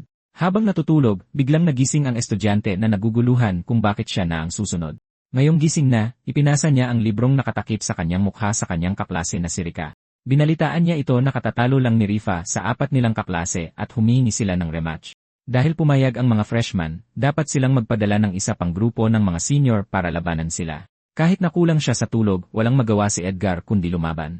Samantala, muling pinuri ni Tina si Rifa para sa kanyang pambihirang spell. Pagkatapos ay hiniling niya sa kanya na umatras at si Yoko na ang lumaban sa susunod na kinatawan mula sa mga senior. Hinawakan ni Ryuka ang kamay ng kanyang kapatid at sinabing kailangan niyang manalo kahit na ikamatay pa niya. Dahil sa pressure, sumang-ayon siya sa kanyang mga salita. Samantala, nagsimulang mag-estratehiya si Tina para sa paparating na laban. Sinadya niyang isunod si Yoko dahil magaling siya sa malapitang laban tulad ni Edgar. Hindi niya inaasahan na papasok ang lalaki sa ring dahil palagi siyang walang pakialam sa mga bagay sa paligid niya. Inunat ni Yoko ang kanyang mga braso at sinabing dapat niyang tapusin ang laban ng may pasabog tulad ni Rifa. Habang tinitingnan ang kalaban, tinanong ni Edgar kung isa siyang Dragonkin. Kinumpirma ito ni Yoko at sinabing maaaring mayabang ang dating niya, ngunit isa siyang malakas na kalaban. Sumang-ayon ang senior dahil kilala ang mga Draconian na kakilakilabot. Napabuntong hininga siya at inaming ayaw niyang labanan si Yoko, ngunit kailangan. Samantala, napansin ng senior secretary ang kanilang class president na si Ray na nakatayo at nanonood. Dahil abala sa panonood, tinawag niya ang kanyang pansin at tinanong ang tungkol sa tambak na trabahong kailangan pa niyang gawin. Tiningnan siya ni Rika na naaawa dahil kailangan niyang magpuyat dahil sa kanyang mga tungkulin. Tiniyak ni Rain sa kanya na matatapos niya ang mga papeles sa takdang oras. Balik sa arena, nakatuon ang pansin ni Edgar sa mga manonood at bumulong na ayaw niyang matalo sa sinuman maliban sa kanilang presidente. Walang kamalay-malay, nalito si Yoko sa una, ngunit piniling mag-focus na lang sa kanilang laban. Gusto niyang magpasikat ng kaunti sa harap ng kanyang mga kaklase, kaya pinakawalan niya ang kanyang anyong dragon. Sumugod siya sa kanyang kalaban, idineklara na tatapusin niya ang laban sa isang atake. Tinamaan niya si Edgar gamit ang kanyang kuko ng dragon, ngunit nagawang maglagay ng harang ng senior bago niya ito maabot. Dahil dito, sinamantala ni Edgar ang pagkakataon at inatake siya habang bukas ang kanyang depensa. Nawalan ng malay si Yoko pagkatapos ng atake, na nagdeklara kay Edgar bilang panalo sa round na ito. Tumayo si Ryuka mula sa kanyang upuan matapos makitang natumba ang kanyang kapatid, baka sa mukha niya ang pag-aalala. Nagmamadaling pumunta si Ryuka sa infirmary para sundan ang kanyang kapatid, sinasabing tanga ito dahil nagpabaya. Gayunpaman, itinuro ni Haru na hindi siya nagpabaya. Sadyang mas malakas lang nakalaban si Edgar. Lumambot ang ekspresyon ni Ryuka, sinabing sisiguraduhin niyang purihin ang kanyang kapatid paggising nito. Sumang-ayon si Tina sa pagtatasa ni Haru kay Edgar. Ang binata ay isa sa mga elite sage ng akademya, at nasa student council pa siya. Nang tanungin kung mahuhulaan niya ang kanyang mga galaw, inamin ni Mel na kaya niyang subaybayan ang mga ito, ngunit ang mga decoy attack niya ang mahirap. Sinabi ni Tina kay Luna na siya na ang lalaban. Nagulat ang estudyante dahil hindi siya magaling lumaban. Iminungkahi ng guro na gamitin nila ang kanyang mga buff spell para suportahan si Mel habang kalaban niya si Edgar. Naguguluhan, tinanong ng estudyante kung makakalusot ba talaga ang buff sa harang at kung pinapayagan ba ang support magic sa laban. Habang nagbibigay si Luna ng mga support buff para kay Mel, idiniin ni Tina na patas lang na magbigay ng suporta sa mga combat type. Idinagdag niya na tanging mga estudyante mula sa parehong klase ang maaaring tumulong. Dahil dito, hindi nagpigil si Luna sa pagpapalakas kay Mel. Tila natutuwa si Edgar sa takbo ng mga pangyayari. Kalaban niya ngayon ang isang halimaw at isang enchanter. Sa totoo lang, gusto lang niyang matulog, kaya dapat niyang paikliin ang laban na ito. Idineklara ni Mel na ipaghihiganti niya si Yoko.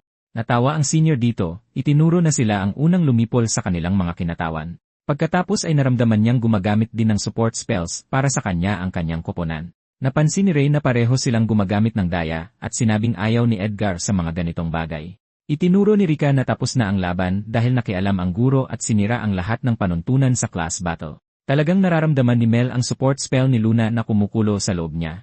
Napakasarap sa pakiramdam at masasabi niyang lumakas ang kanyang kapangyarihan dahil sa kanya.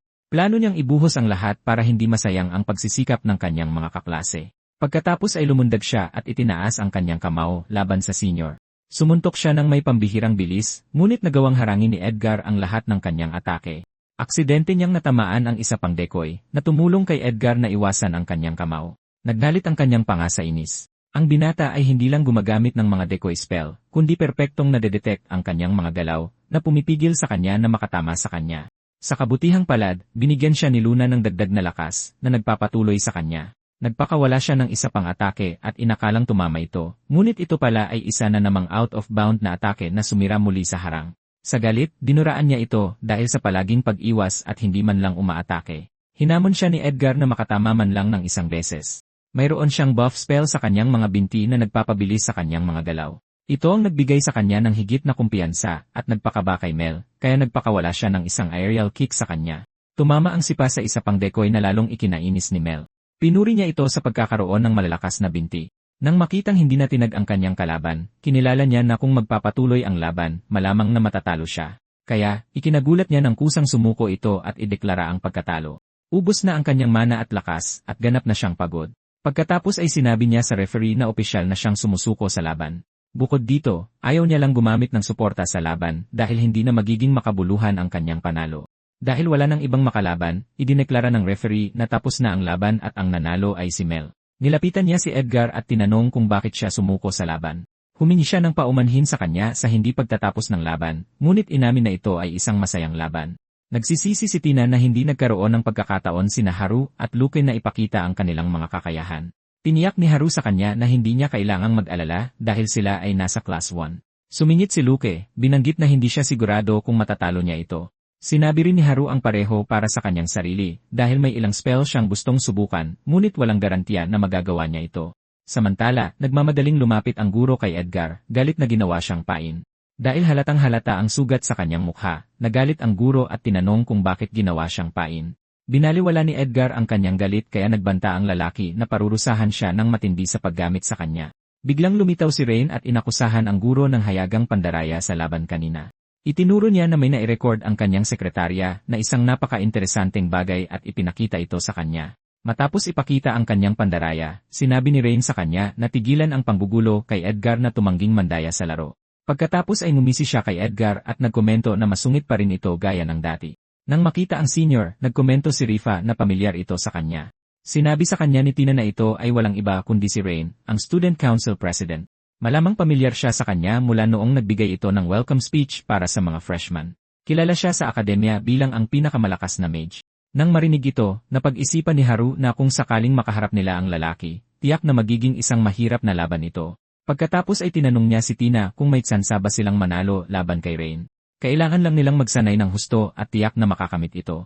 Ramdam ni Mel ang pagod sa kanyang mga buto mula sa walang tigil na pagsasanay mula nang pumasok sila sa akademya. Dumating sa punto na ayaw na niyang gumawa ng kahit ano at gusto na lang humiga sa kanyang kama. Pumasok si Luna sa kwarto at masayang binati siya. Pagkatapos ay binigyan niya ito ng isang kahon ng chocolate para sa Valentines bilang tanda ng pagkakaibigan. Natigilan si Mel sandali at napagtantong nakalimutan niya ang espesyal na araw. Naging kaugalian ang Valentine's Day sa kanilang mundo na naimpluwensyahan ng mga bayaning ipinatawag mula sa ibang mundo na nagpayaman din sa buhay ng mga tao doon. Dahil madaling gawin ang mga tsokolate sa kanilang mundo, madaling nagaya ang tradisyon ng pagbibigay nito sa isang espesyal na araw. Napagtanto ang kanyang pagkakamali, lumabas ng silid-aralan si Mel at nabangga si Haru. Humingi ng paumanhin si Luna para sa kanya, sinabing tulala ito mula nang matapos ang laban. Pagkatapos ay binati niya ito ng magandang umaga at inabutan ng isang kahon ng tsokolate bilang pasasalamat sa pagligtas sa kanya noong entrance ceremony. Dahil medyo espesyal siya, nagdagdag siya ng kaunting dagdag na tsokolate para sa kanya. Nagpasalamat ang binata sa pagtanggap ng tsokolate mula sa kanya at naalala na hindi pa siya nakakatanggap ng tsokolate mula kina Tina at Sheena. Sakto namang pumasok ang kambal na sina Mai at May sa kwarto at tumanggap ng tsokolate mula kay Luna. Medyo nagulat ang kambal sa gesture dahil wala silang alam tungkol sa Valentine's Day. Nang marinig ito, napagtanto ni Haru na hindi tao ang kambal. Naalala ang kanyang interaksyon sa kanila kanina, masasabi niyang tiyak na galing sila sa ibang mundo. Ipinahayag ni Mai na dapat din nilang bigyan si Haru ng tsokolate bilang tanda ng pasasalamat. Gayunpaman, hindi sumang-ayon si Mai, masungit pa rin dahil sa insidente kanina. Dahil sa pagkausyoso, gustong malaman ni Haru kung bakit napakawalang pakialam ni Mai sa kanya. Nagsimula ng payapa ang umaga nang batiin ni Tina ang lahat. Naglabas siya ng bagong handang chocolate cake na hinangaan nila. Humingi siya ng tulong sa pag-abot ng mga dessert at mabilis na sumang-ayon ang iba. Bigla, narinig ni Haru ang masiglang boses ni Mel sa kanyang pagbabalik. Dumating siyang may dalang mga tray ng hot chocolate na nagdagdag sa masayang kapaligiran. Perpekto ang timing niya para kay Tina habang tinutulungan ni Luna si Mel na ipamahagi ang mga inumin. Bigla, nagulat si Rifa nang mapansin ang isang gintong barya na nakatago sa loob ng kanyang cake. Inihayag ni Tina na sinadya niyang maglagay ng isang maswerteng premyo sa loob na nag-udyok kay Rifa na maging emosyonal at ituring itong isang mahalagang biyaya. Masayang tinitingnan ng mga babae si Rifa habang dinadama niya ang kanyang emosyon. Napag-isipan ni Haru kung paano ipinakilala ang araw ng mga puso ng mga ipinatawag na bayani noon, gamit ang mga tsokolate bilang paraan para sa mga kaibigan at magkasintahan na ipahayag ang kanilang damdamin, na nagpapahintulot sa kanila na ipahayag ang kanilang puso at palakasin ang kanilang ugnayan. Biglang may napagtanto siya habang tinitingnan ang kanyang mga kamay. Nakakatuwa para kay Haru na nagbibigay ng tsokolate ang mga babae tulad sa Japan hanggang sa makaramdam siya ng kakaiba at nagtaka kung may kulang ba siyang mahalagang bagay. Nagpanik si Haru nang mapagtanto niyang hindi siya nakatanggap ng kahit isang tsokolate mula kay Tina, naaalala kung paano siya palaging unang binibigyan nito taon-taon. Sinubukan niyang kumbinsihin ang sarili na siguradong may inihandang espesyal si Tina. Kinukumbinsi ang sarili na huwag masyadong mag-isip, umuwi siya sa kanyang tirahan. Tahimik na lumipas ang oras at nadismaya siya na wala pa ring nangyayari. Hanggang sa wakas ay lumitaw si Tina sa pintuan ni Haru, humihingi ng sandali ng kanyang oras. Humingi siya ng paumanhin sa pagiging huli at ipinaliwanag na mas matagal kaysa inaasahan ang kanyang paghahanda para sa espesyal na teknike na nagdulot ng pagkalito kay Haru. Kinakabahang ipinakita ni Tina ang kanyang gawang kamay na tsokolate na para lamang sa kanya, habang hindi makapaniwala si Haru na ito ay isang bagay na ipinasa sa kanila ng mga bayani mula 100 taon na ang nakalipas. Nahihiyang inamin ni Tina na nahihiya siya dahil ito ang kanilang unang Valentines bilang magkasintahan. Balisang nagtanong siya kung tama ba ang ginawa niya. Taos-pusong pinuri ni Haru ang tsokolate, sinasabing kamangha-mangha ito habang tahimik na nagpapasalamat sa mga ipinatawag na bayani mula 1 siglo na ang nakalipas. Halatang guminhawa at labis na natuwa si Tina sa kanyang reaksyon, pagkatapos ay sinabi niya sa kanya na magpatuloy. Bigla, pumasok si Sheena sa kwarto nang walang babala, tinatanong kung okay lang si Haru. Nagsimula ang gulo ng buong pagmamalaki niyang inanunsyo ang sarili niyang gawang tsokolate, na nag-udyok kay Tina na magulat at mahiya. Kinagabihan, napag-isipan ni Haru na lahat ng tsokoleteng natanggap niya ngayong taon ay talagang masarap. Sa loob ng dormitoryo ng akademya hating gabi, isang laban sa board game ang umabot sa isang di pangkaraniwang estado na walang natirang espasyo para sa itim na piyesa. Napagtanto ni Mel na ang board ay ganap ng naging isang kulay.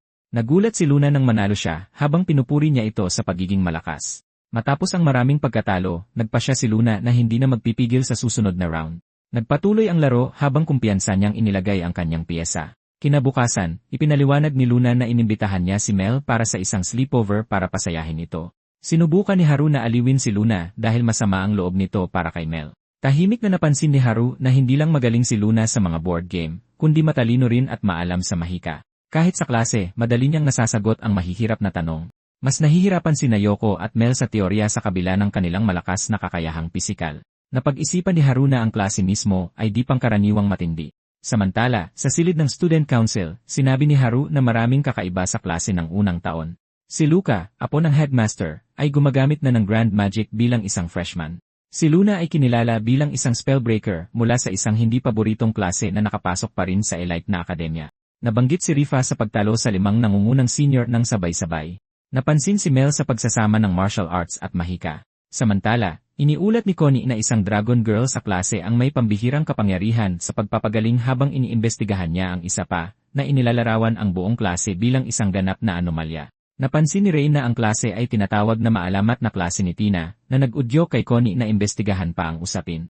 Puno ang kwarto ng mga plushie at merienda, na ipinaliwanag bilang mga donasyon na ipinadala sa isang ampunan sa ilalim ng pangalan ng akademya. Samantala, nagulat ang isang tao na demonyo si Sheena, kaya kinumpirma niya na tapat siyang naglilingkod kay Haru bilang kanyang amo.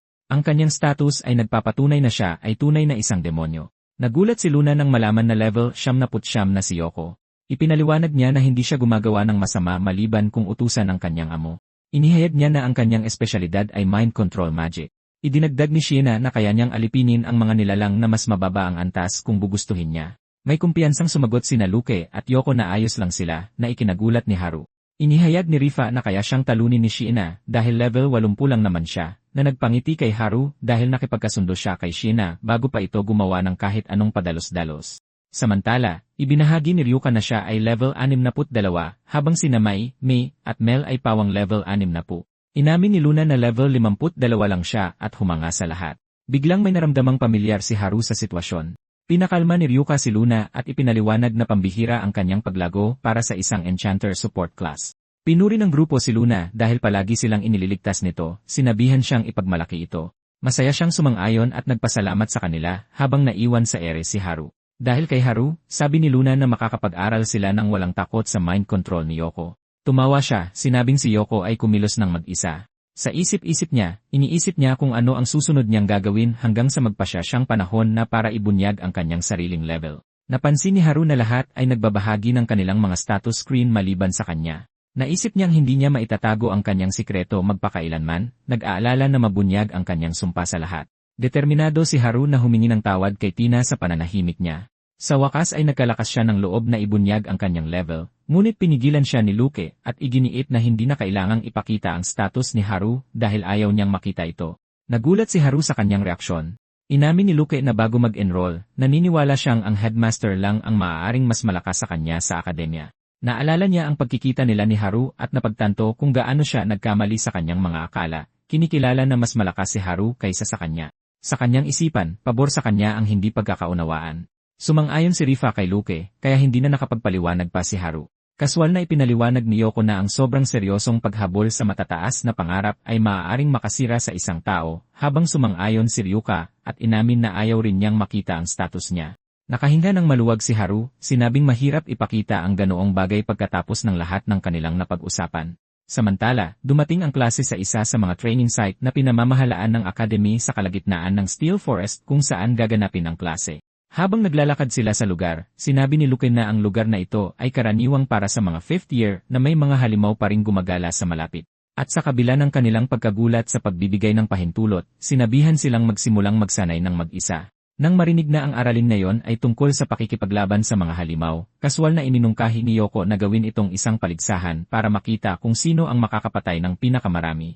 Nasiyahan si Rifa sa kanyang ideya at iminungkahing maggrupo sila.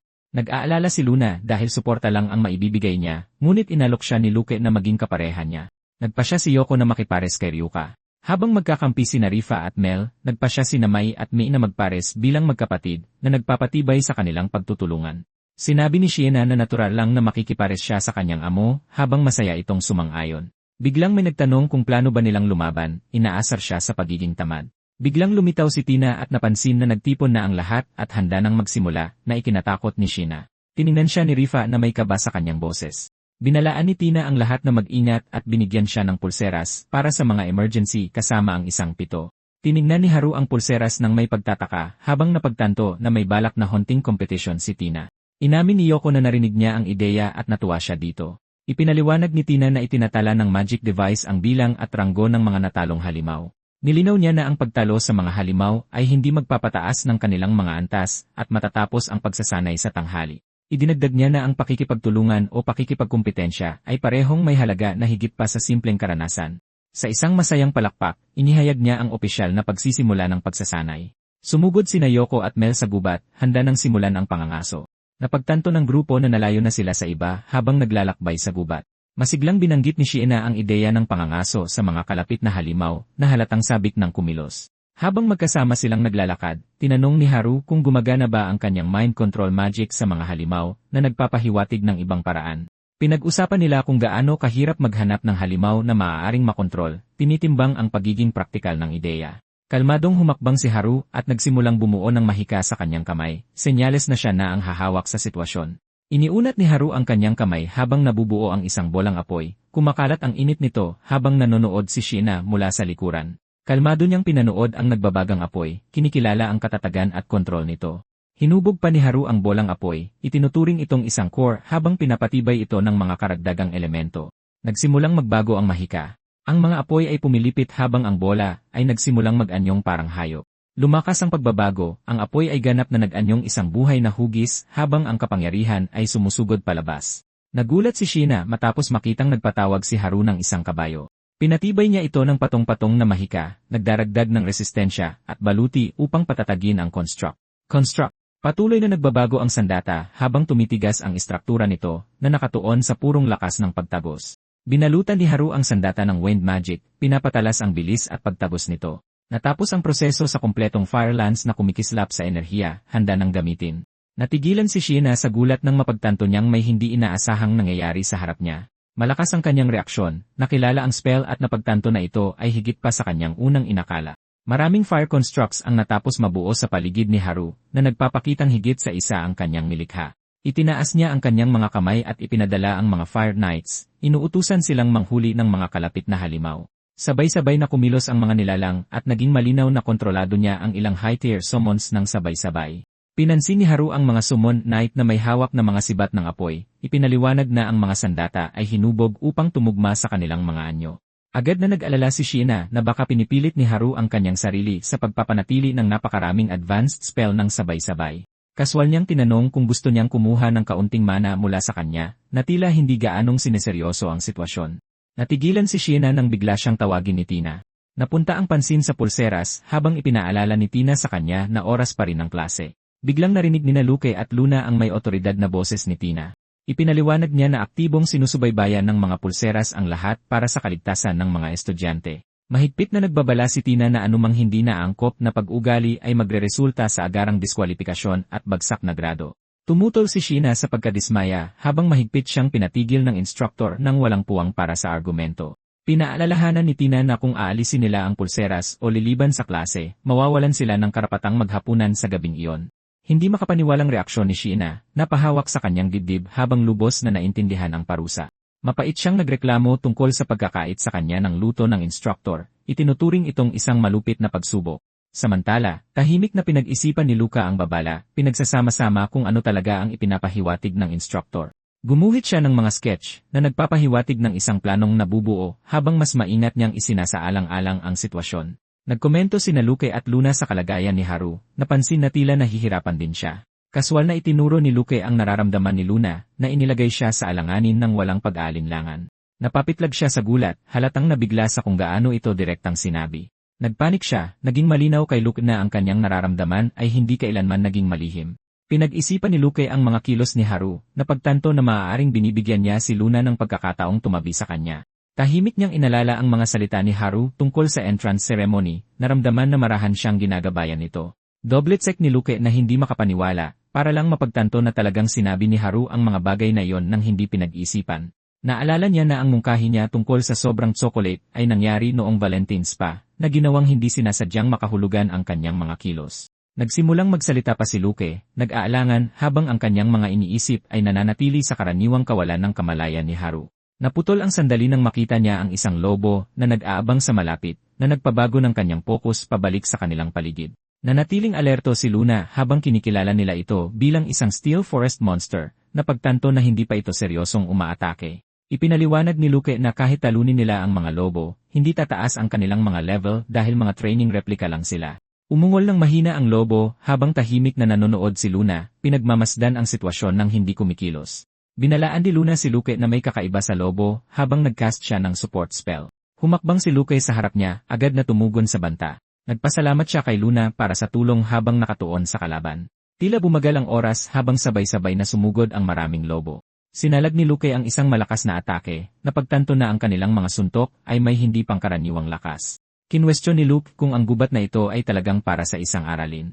Sinabihan niya si Luna na humanda habang gumaganti siya. Isang pagsabog ang sumiklab kung saan tumama ang lobo. Kinumpirma ni Luke na isang kalaban ang bumagsak habang humuhupa ang alikabok. Nanatili siyang alerto, nakakaramdam ng mas maraming panganib sa malapit. Naging hindi natural ang katahimikan ng gubat na nagpapalakas ng tensyon. Kinilala ni Luke ang kalaban bilang mga managnomi. Sinabi niya na sila ay mga halimaw na may mataas na ranggo at may magic resistance. Nakaramdam si Luke ng abnormal sa kanilang agresyon at bilang habang humihingi ng utos si Luna sa paghahanda nilang kumilos. Biglang sumugod si Mel ng walang pag-aalinlangan na nakakuha ng atensyon. Sumigaw si Rifa na nasa kanya ang atensyon ng halimaw at umatake. Pinuri ni Mel ang tamang tiyempo ng atake. Nagpasalamat si Rifa sa kanya sa pagiging pain. Inihayag ng larangan ng digmaan ang mas maraming halimaw na papalapit. Samantala, napagtanto ng isa pang estudyante na napakaraming halimaw habang ang mga higanteng alakdan ay pinapalipad sa itaas. Pinabagsak niya sila gamit ang purong lakas, nililinis ang agarang lugar ng may kumpiyansa. Kinumpirma ni Yoko na pansamantalang ligtas ang daan. Nagbiro si Yoko na mukhang masarap ang mga natalong halimaw, habang mahigpit na pinatigil ni Ryuka ang komento. Napansin ni Luna na sunod-sunod ang pagdating ng mga kalaban, na walang senyales na humihina. Nakatayo sa gitna ng mga labi, pinag-iisipan niya kung gaano naging matindi ang aralin. Tinawag siya ni Ryuka, sinusubukang basagin ang mabigat na pakiramdam. Sinagot niya ito ng pabalang habang inaasar nito ang kanyang pag-aaral, na ginawang pagtatalo ang tensyon. Biglang huminto si Mai, nakakaramdam ng isang banayad na bagay sa hangin, habang ang kanyang ekspresyon ay naging hindi mapakali. Nang tanungin tungkol dito, inamin niyang nakakaramdam siya ng bahagyang kaguluhan, bagaman hindi pa niya ito maipaliwanag ng malinaw. Nag-focus siya, sinusubukang tukuyin ang pinagmulan ng pakiramdam na lumalakas sa kanilang paligid. Iniisip ni Mai kung mga halimaw lang ba sa malapit, ngunit tahimik niyang itinanggi ang paliwanag na iyon. Inihambing ni Mai ang pakiramdam sa presensya ng isang makapangyarihang Panginoon na naramdaman niya noon na nagpapahiwatig ng isang bagay na mas mapanganib. Nangangatwiran si Mai na hindi naroroon ang Fire Spirit King sa isang lugar na tulad nito na nagpapalalim sa kanyang pag-aalala. Idinagdag niya na ang pakiramdam ay mas malakas pa kaysa sa presensya ni Lord Ifrit na nag-iwan sa iba na naguguluhan. Habang nagpapatuloy sila, may tumingin kay Mai, nag-aalala na baka hindi maganda ang pakiramdam niya. Samantala, ipinapakita ng sistema ni Tina na kakaiba ang kilos ng mga halimaw na nagpapatunay na ang kanilang pag-ugali ay abnormal. Mahigpit niyang tinanggihan ang ideya na normal ito, na pagtanto na may malubhang mali. Kinuwestiyon ni Tina kung naimpluwensyahan ba ang mga halimaw ng isang bagay sa labas ng training area. Bumalik ang atensyon sa gubat habang tumitindi ang tensyon, na nagpapahiwatig ng isang hindi nakikitang presensya na nagmamasid sa kanila. Huminto ang mga lobo at kumilos ng sabay-sabay, matalas ang kanilang mga mata, habang ang kanilang pag-ugali ay naging sinadya. Agad na tumugon sina Mai at Mei, naramdaman ang pagbabago at itinutok ang pansin sa pinagmulan ng panganib. Biglang sumugod ang isang lobo, binasag ang katahimikan at hudyat ng pagsisimula ng isang tunay na komprontasyon. Nagmamasid si Rin mula sa himpapawid, kalmadong nakakaramdam ng isang hindi pamilyar na mana na nananatili sa lugar. Kinumpirma niya na ang pinagmulan ay tiyak na nasa loob ng gubat na nagpapaliit sa lokasyon ng banta. Isang kakaibang pagkaabala sa mahika ang kumalat sa lugar habang ilang mga figura na may malakas na presensya ang lumitaw. Pinagmasdan sila ni Rin ng malapitan at napagtanto na ang isa sa mga nilalang na ito ay hindi dapat kayang lumakas. Lumipat ang eksena sa isang madilim at nakakatakot na espasyo na naugnay sa reinkarnasyon, kung saan ipinapahiwatig ang konsepto ng isang masamang Diyos at isang paparating na sumpa. Inihayag ang malamig na pananaw ni Nox na nagmumungkahi na ang pagpayag na mamatay sila ng maaga ay isang pag-aaksaya maliban kung ang kanilang buhay ay magsisilbi sa isang mas malaking layunin. Nagpatuloy ang pag-isip habang nagiging malinaw na ang layunin ay hindi agarang pagkawasak, kundi ang payagan silang mabuhay ng sapat upang maging kapaki-pakinabang. Napansin ni Nox na ang reinkarnasyon na sinamahan ng sumpa ay kumukonsumo ng napakalaking halaga ng mahika. Inutusan niya si Rin na maghanap ng angkop na sumpa mula sa Shikigami bookshelf na tumutugon sa mga partikular na kondisyon, at tinanggap niya ang gawain. Ipinaliwanag ng salaysay na kahit na isang mahinang haligi lamang ang umiiral, ang isang taong ipinatawag mula sa ibang mundo ay nagiging bayani pa rin ng mundong iyon. Idinagdag nito na ang mga binyayaan mula sa kapanganakan ng mga likas na katawan at kakayahan ay ginagabayan sa mga paborableng kapaligiran. Bumalik ang eksena kay Rin sa kasalukuyan habang kinukumpirma niya ang mga kondisyon ng target. Napansin na nananatiling mahina ang tao at hindi namamatay. Nagsimulang maghanap si Rin ng mag-isa, kinikilala na abutin ng panahon upang mahanap ang tamang sumpa. Naghalungkat siya sa isang napakalaking koleksyon, napagtanto na ang sumpang hinahanap niya ay may malaking kahalagahan. Isang partikular na aklat ng sumpa ang kinuha, na nagtataas ng tanong kung masyadong simple ba ang isang sumpang nag-aayos ng status ng isang tao. Natuklasan ni rin na ang sumpa ay nakatago sa isang lihim na estante, halos hindi napansin sa kabila ng kapangyarihan nito. Sinabi ni Knox na mayroong hindi mabilang na mga sumpa na tulad nito, inaamin na hindi niya matandaan ang lahat. Nag-react si rin sa ideya na manatili sa level 1 magpakailanman. Kinikilala ito bilang isang landas na diretsong humahantong sa kawalan ng pag-asa. Sinabi niya na kapag ang isang tao ay nagkaroon ng pag-asa pagkatapos makatagpo ng isang Diyos, isang malupit na twist ang sumusunod na nakakatuwa ang kawalan ng pag-asa ng isang reincarnated na kaluluwa. Habang si Knox ay nagpapakita ng malinaw na kagalakan, lumipat ang atensyon sa mismong aklat ng spell na nagpapahiwatig na hindi pangkaraniwan ang partikular na aklat na ito. Inihayag na ang aklat ng spell ay isinara na nagpapaliwanag kung bakit ito nanatiling hindi napansin sa loob ng mahabang panahon. Minsan sinubukan ng madilim na Diyos na lumikha ng isang StatCap curse na aksidenteng nag-freeze sa buong sistema ng status. Ipinaliwanag ang sumpa na nagpapahintulot ng walang limitasyong paggamit ng mahika hanggat ang biktima ay nananatili sa ilalim ng isang nakapirming antas ng kapangyarihan. Inihayag na ang madilim na Diyos ay orihinal na nilayon itong iregalo sa isang tapat na tagasunod, ngunit pagkatapos ng mahabang panahon, tuluyan niyang nakalimutan ang parehong epekto at pag-iral nito. Dahil dito, ang status fixation curse ay sa huli ipinataw kay Haru. Ipinakita ang resulta habang dahan-dahang nauubos ang mahika ng Diyos, na may mabigat na kabayaran para sa ritual ang masamang Diyos. Pabalik sa kasalukuyan, sinubukan ni rin ang isang Farsight spell upang mahanap ang apektadong tao, ngunit nabigo siyang mahanap ito at nag-iisip kung patay na ba ito. Napagtanto ni rin na hindi pa nakumpirma ang bayani ng susunod na henerasyon at napagpasyahan na buhay pa ang target. Nangangatwiran siya na ang pagkabigo ng kanyang Farsight ay maaaring dahil sa isang malaking harang na sumasakop sa lugar. Kinuwestiyon ang oras dahil hindi malinaw kung ilang taon na ang lumipas mula nang ipataw ang sumpa. Biglang nag-react si Rin, sa wakas ay naramdaman ang presensya ng tao. Lumitaw ang lokasyon habang kinikilala niya ang pinagmulan bilang nasa loob ng isang gubat. Isang anunsyo ng emergency ang inilabas, inuutusan ang lahat na bumalik agad sa panimulang punto dahil suspendido ang klase. Sinabihan ang mga estudyante na dumistansya habang ang mga tagubilin ay ipinapahayag sa lahat ng kalahok. Tumingin si Rifa sa paligid ng may pagkalito, napagtanto na wala si Tina. May naghahanda para sa paglala ng sitwasyon, kinikilala na maaaring kailanganing magpakawala ng isang malawakang spell. Nakahanda si Tina habang nagsimulang kumilos ang mga halimaw, binabalaan ang lahat na manatiling alerto. Humakbang si Tina at tumawag, napansin si Rin sa malapit. Lumitaw si Rin na nakalutang sa ere, ang kanyang presensya ay minarkahan ng isang malakas na magical aura. Ipinapakita ng malapitang pagtingin ang kalmadong ekspresyon ni Rin habang nakatingin siya sa lupa. Direkta siyang hinarap ni Tina, hinihingi na malaman kung sino siya. Habang gumagalaw siya sa gubat, napagtanto niya na ang kilos ng mga halimaw ay naimpluwensyahan ng isang bagay na hindi nakikita. Kalmado niyang tinukoy ang pinagmulan sa likod ng kaguluhan, itinuturo ang isang tagalabas bilang tunay na dahilan. Nag-react ang kanyang mga instinct habang tumutugon ang kanyang dugo, na nagpapakita na ang presensya sa harap niya ay konektado sa isang masamang Diyos. Itinuon ni Tina ang kanyang tingin sa unahan, nagpasya na ito ang dapat niyang pabagsakin. Humakbang siya ng walang pag-aalinlangan, nilapitan ito ng may intensyon. Nagulat si Rin na pagtanto na kumilos na si Tina. Sumugod si Tina at inakusahan si Rin na siyang kumokontrol sa mga halimaw sa gubat. Nang walang pag-aalinlangan, nagpakawala si Tina ng isang nakamamatay na atake na nilalayong puksain ang banta. Nag-react si Rin sa gulat at agarang sinubukang pigilan ang atake. Sumabog ang atake sa isang marahas na pagsabog na pumunit sa hangin. Nagpanik ang mga estudyante sa malayo nang masaksihan nila ang pagsabog at mapagtanto na nadamay si Tina. Pinatatag ni Tina ang sarili sa ere, nalalaki ang mga mata, habang napagtanto niyang nabigo ang atake na tapusin ang target nito. Dumating ang gulat nang humupa ang usok at naging malinaw na walang epekto ang kanyang atake. Nakatayo si Rin na hindi nasaktan sa loob ng kumakalat na ulap, kalmadong kinikilala ang sitwasyon. Ang isang malapitang pagtingin kay Rin ay nagpapakita ng walang puot, tanging tahimik na kamalayan habang pinapanood niya si Tina. Sa isang biglaang pagbabago, hinila si Tina pababa habang isang makapangyarihang magic formation ang na-activate sa ilalim niya. Nayanig si Rin sa ere habang isang biglaang puwersa ang gumambala sa kanyang kontrol, na nag-iwan sa kanya na naguguluhan sa ganting salakay. Itinapon si Tina sa ibabaw ng mga puno ng gubat, umiikot habang ang mga bakas ng mahika ay sumusunod sa kanya. Nabawi niya ang kanyang balanse sa ere, pinatatag ang sarili at naghahanda para gumanti. May kumislap sa itaas habang tumutugon ang mga puno sa paligid, yumuyuko ang mga sanga sa ilalim ng di nakikitang puwersa. Naitulak si Rin ng parehong puwersa, napagtantong napapatungan ang kanyang impluensya sa gubat. Pinatatag ni Rin ang sarili sa ere, napagtantong hindi pa siya maaaring umatras, at pinilit ang kanyang mahika na manatili. Isang malaking magic circle ang nagliyab sa ilalim nila habang umaakyat ang hindi matatag na enerhiya. Biglang lumapit si Tina mula sa likuran, pinipilit ang atake bago pa makatugon si Rin.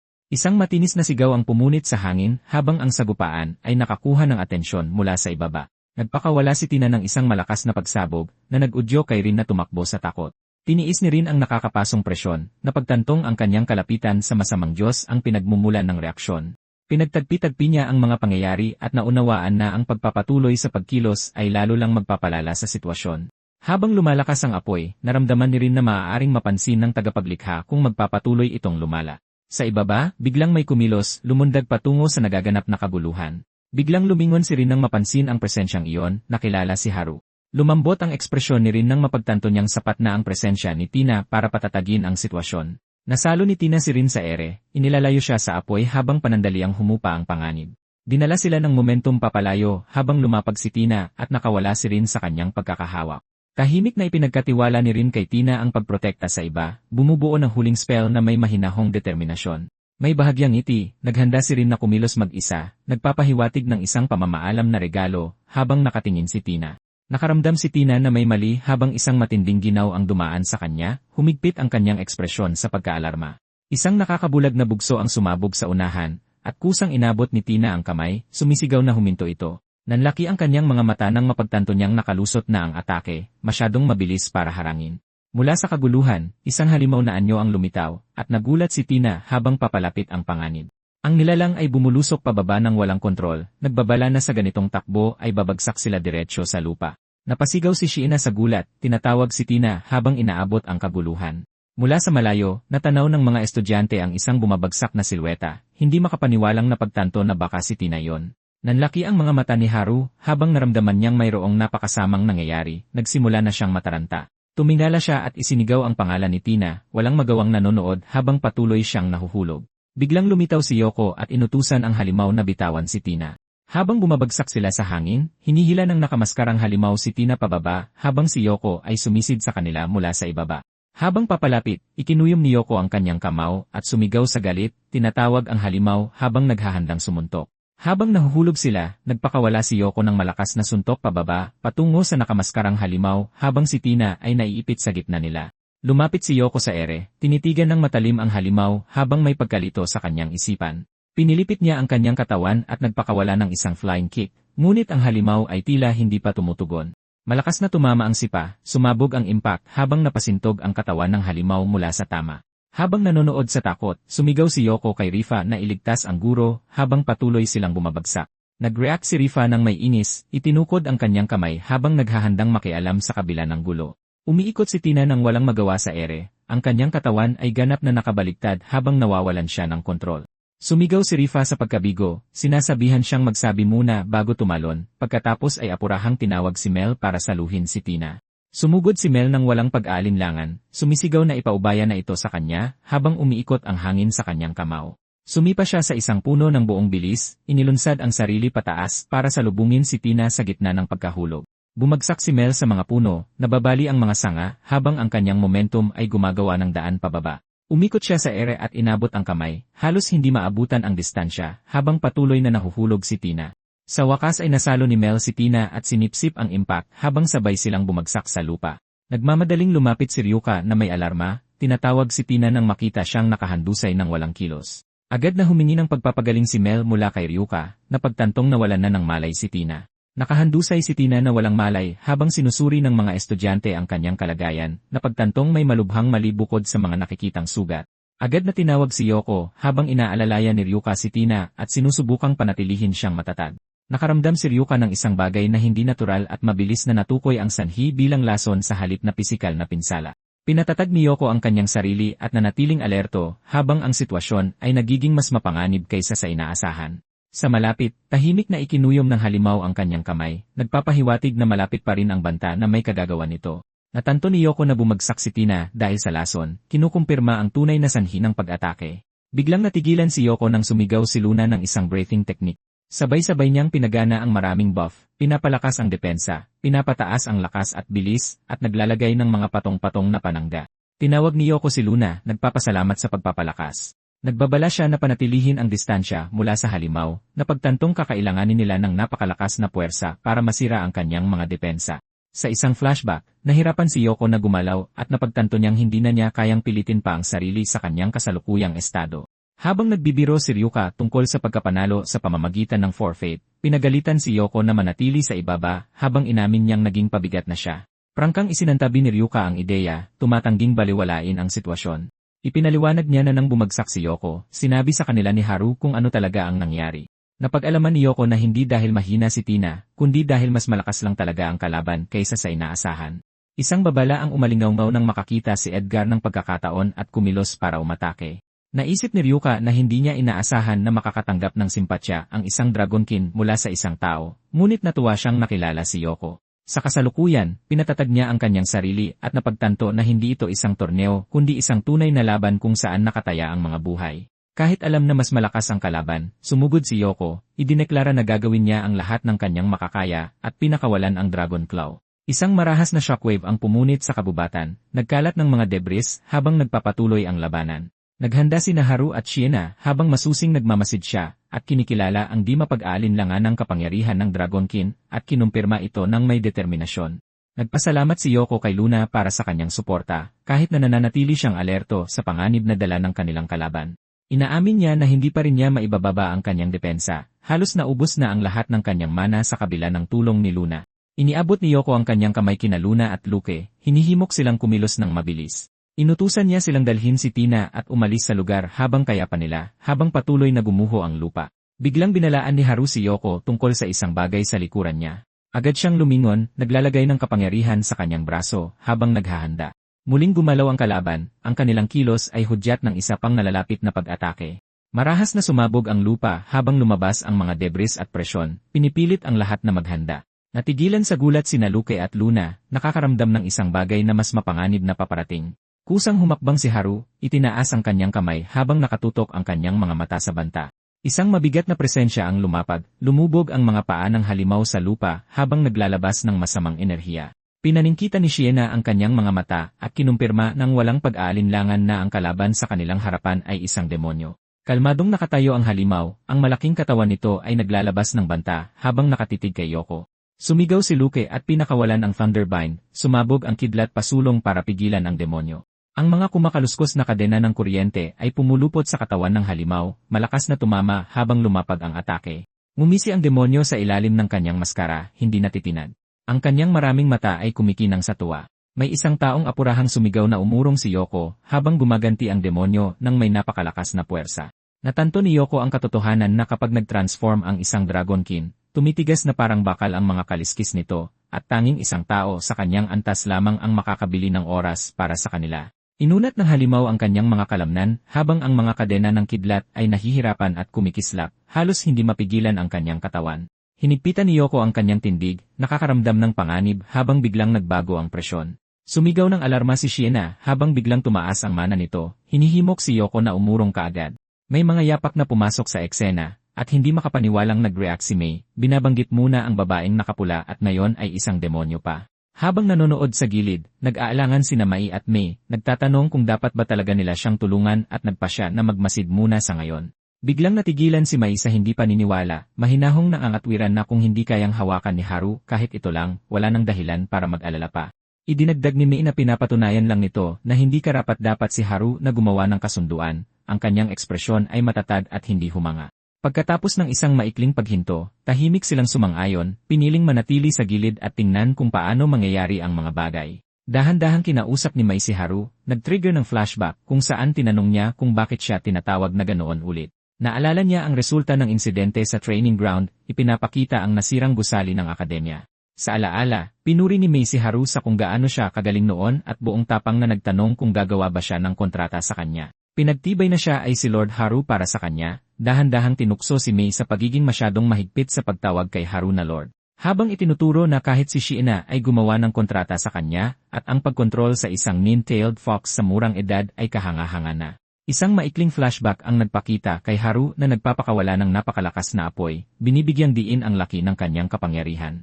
Masayang sinabi ni Mai na kung makakagawa siya ng kontrata kay Haru, tiyak na magiging isang bagay siyang hindi kapanipaniwala.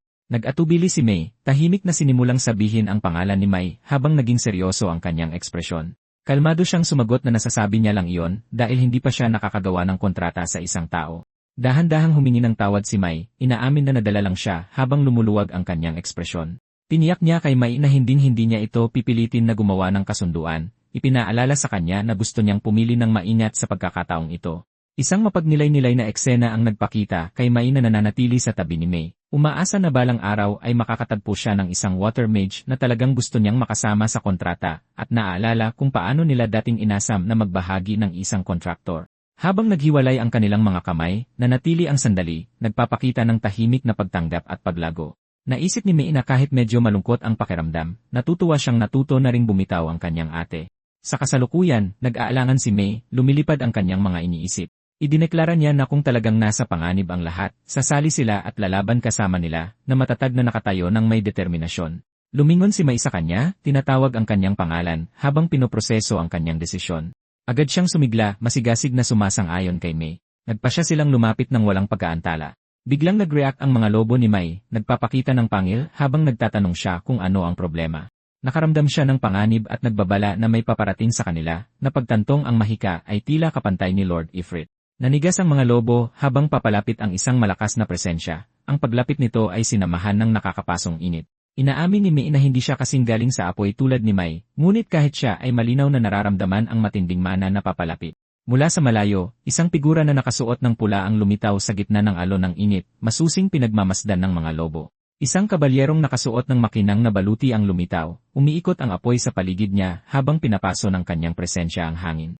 Namamanghang nakatitig si Mai, tinatawag itong maganda habang nararamdaman niya ang napakalaking kadalisayan sa apoy sa harap niya. Isang espiritong parang unicorn ang nagpakita sa gubat, kumikinang habang naglalabas ng matinis na sigaw sa ilalim ng nagliliyab na liwanag.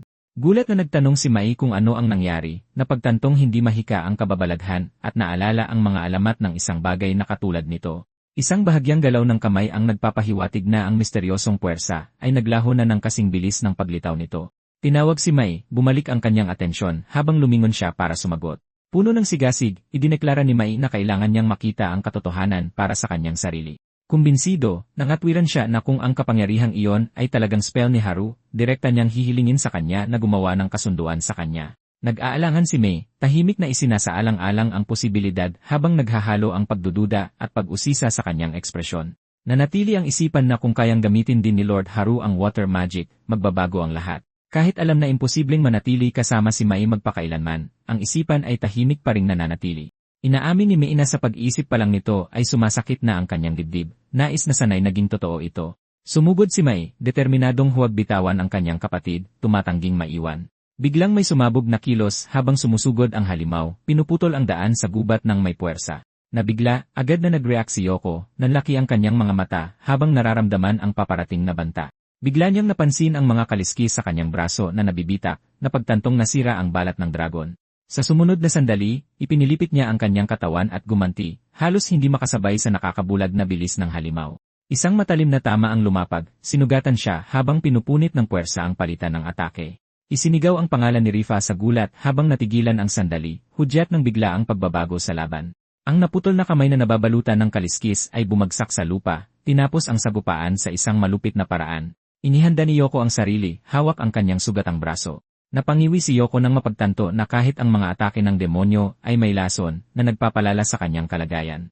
Nag-react si Luke at Luna nang may alarma habang nararamdaman nila ang lumalalang panganib.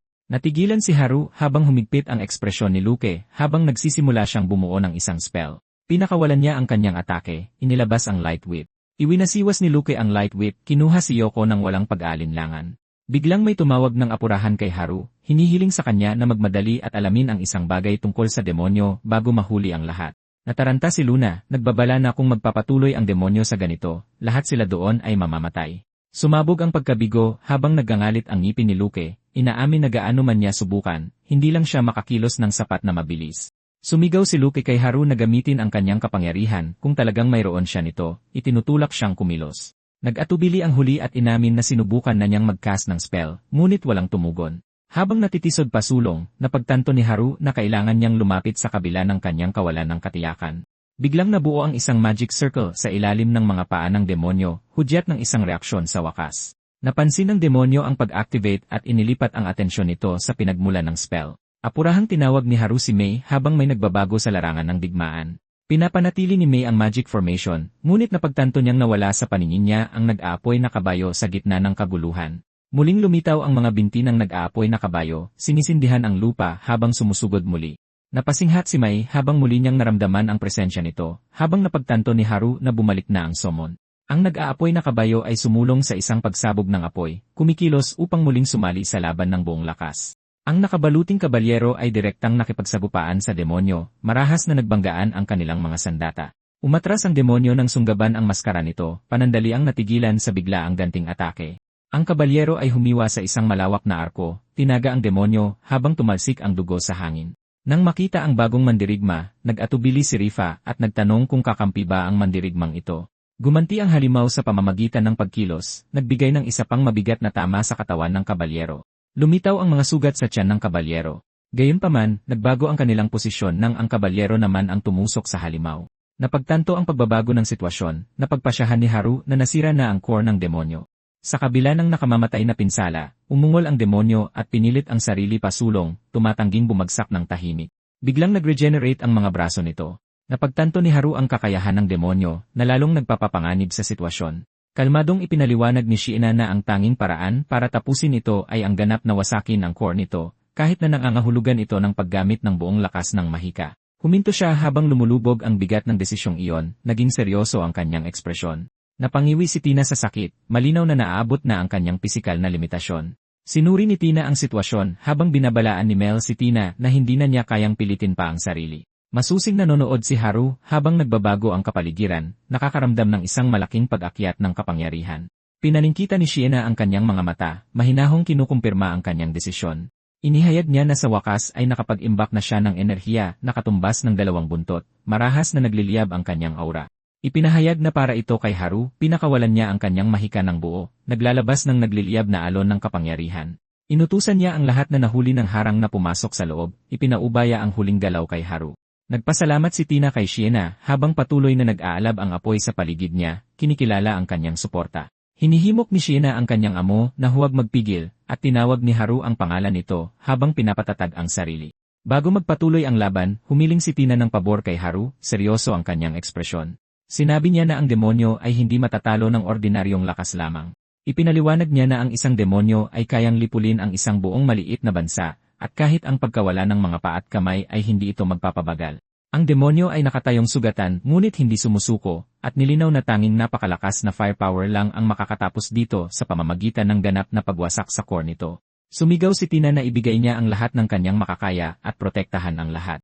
Tumigas ang ekspresyon ni Haru habang pinatatag niya ang kanyang sarili. Tinawag niya ang tiyempo, binibilang sila habang idineklara niyang sabay-sabay nilang pababagsakin ang demonyo. Tinitipon ni Haru ang kanyang apoy sa kanyang kamay, nanunumpa na hindi na siya muling magkakamali habang umaabot sa rurok ang kanyang kapangyarihan.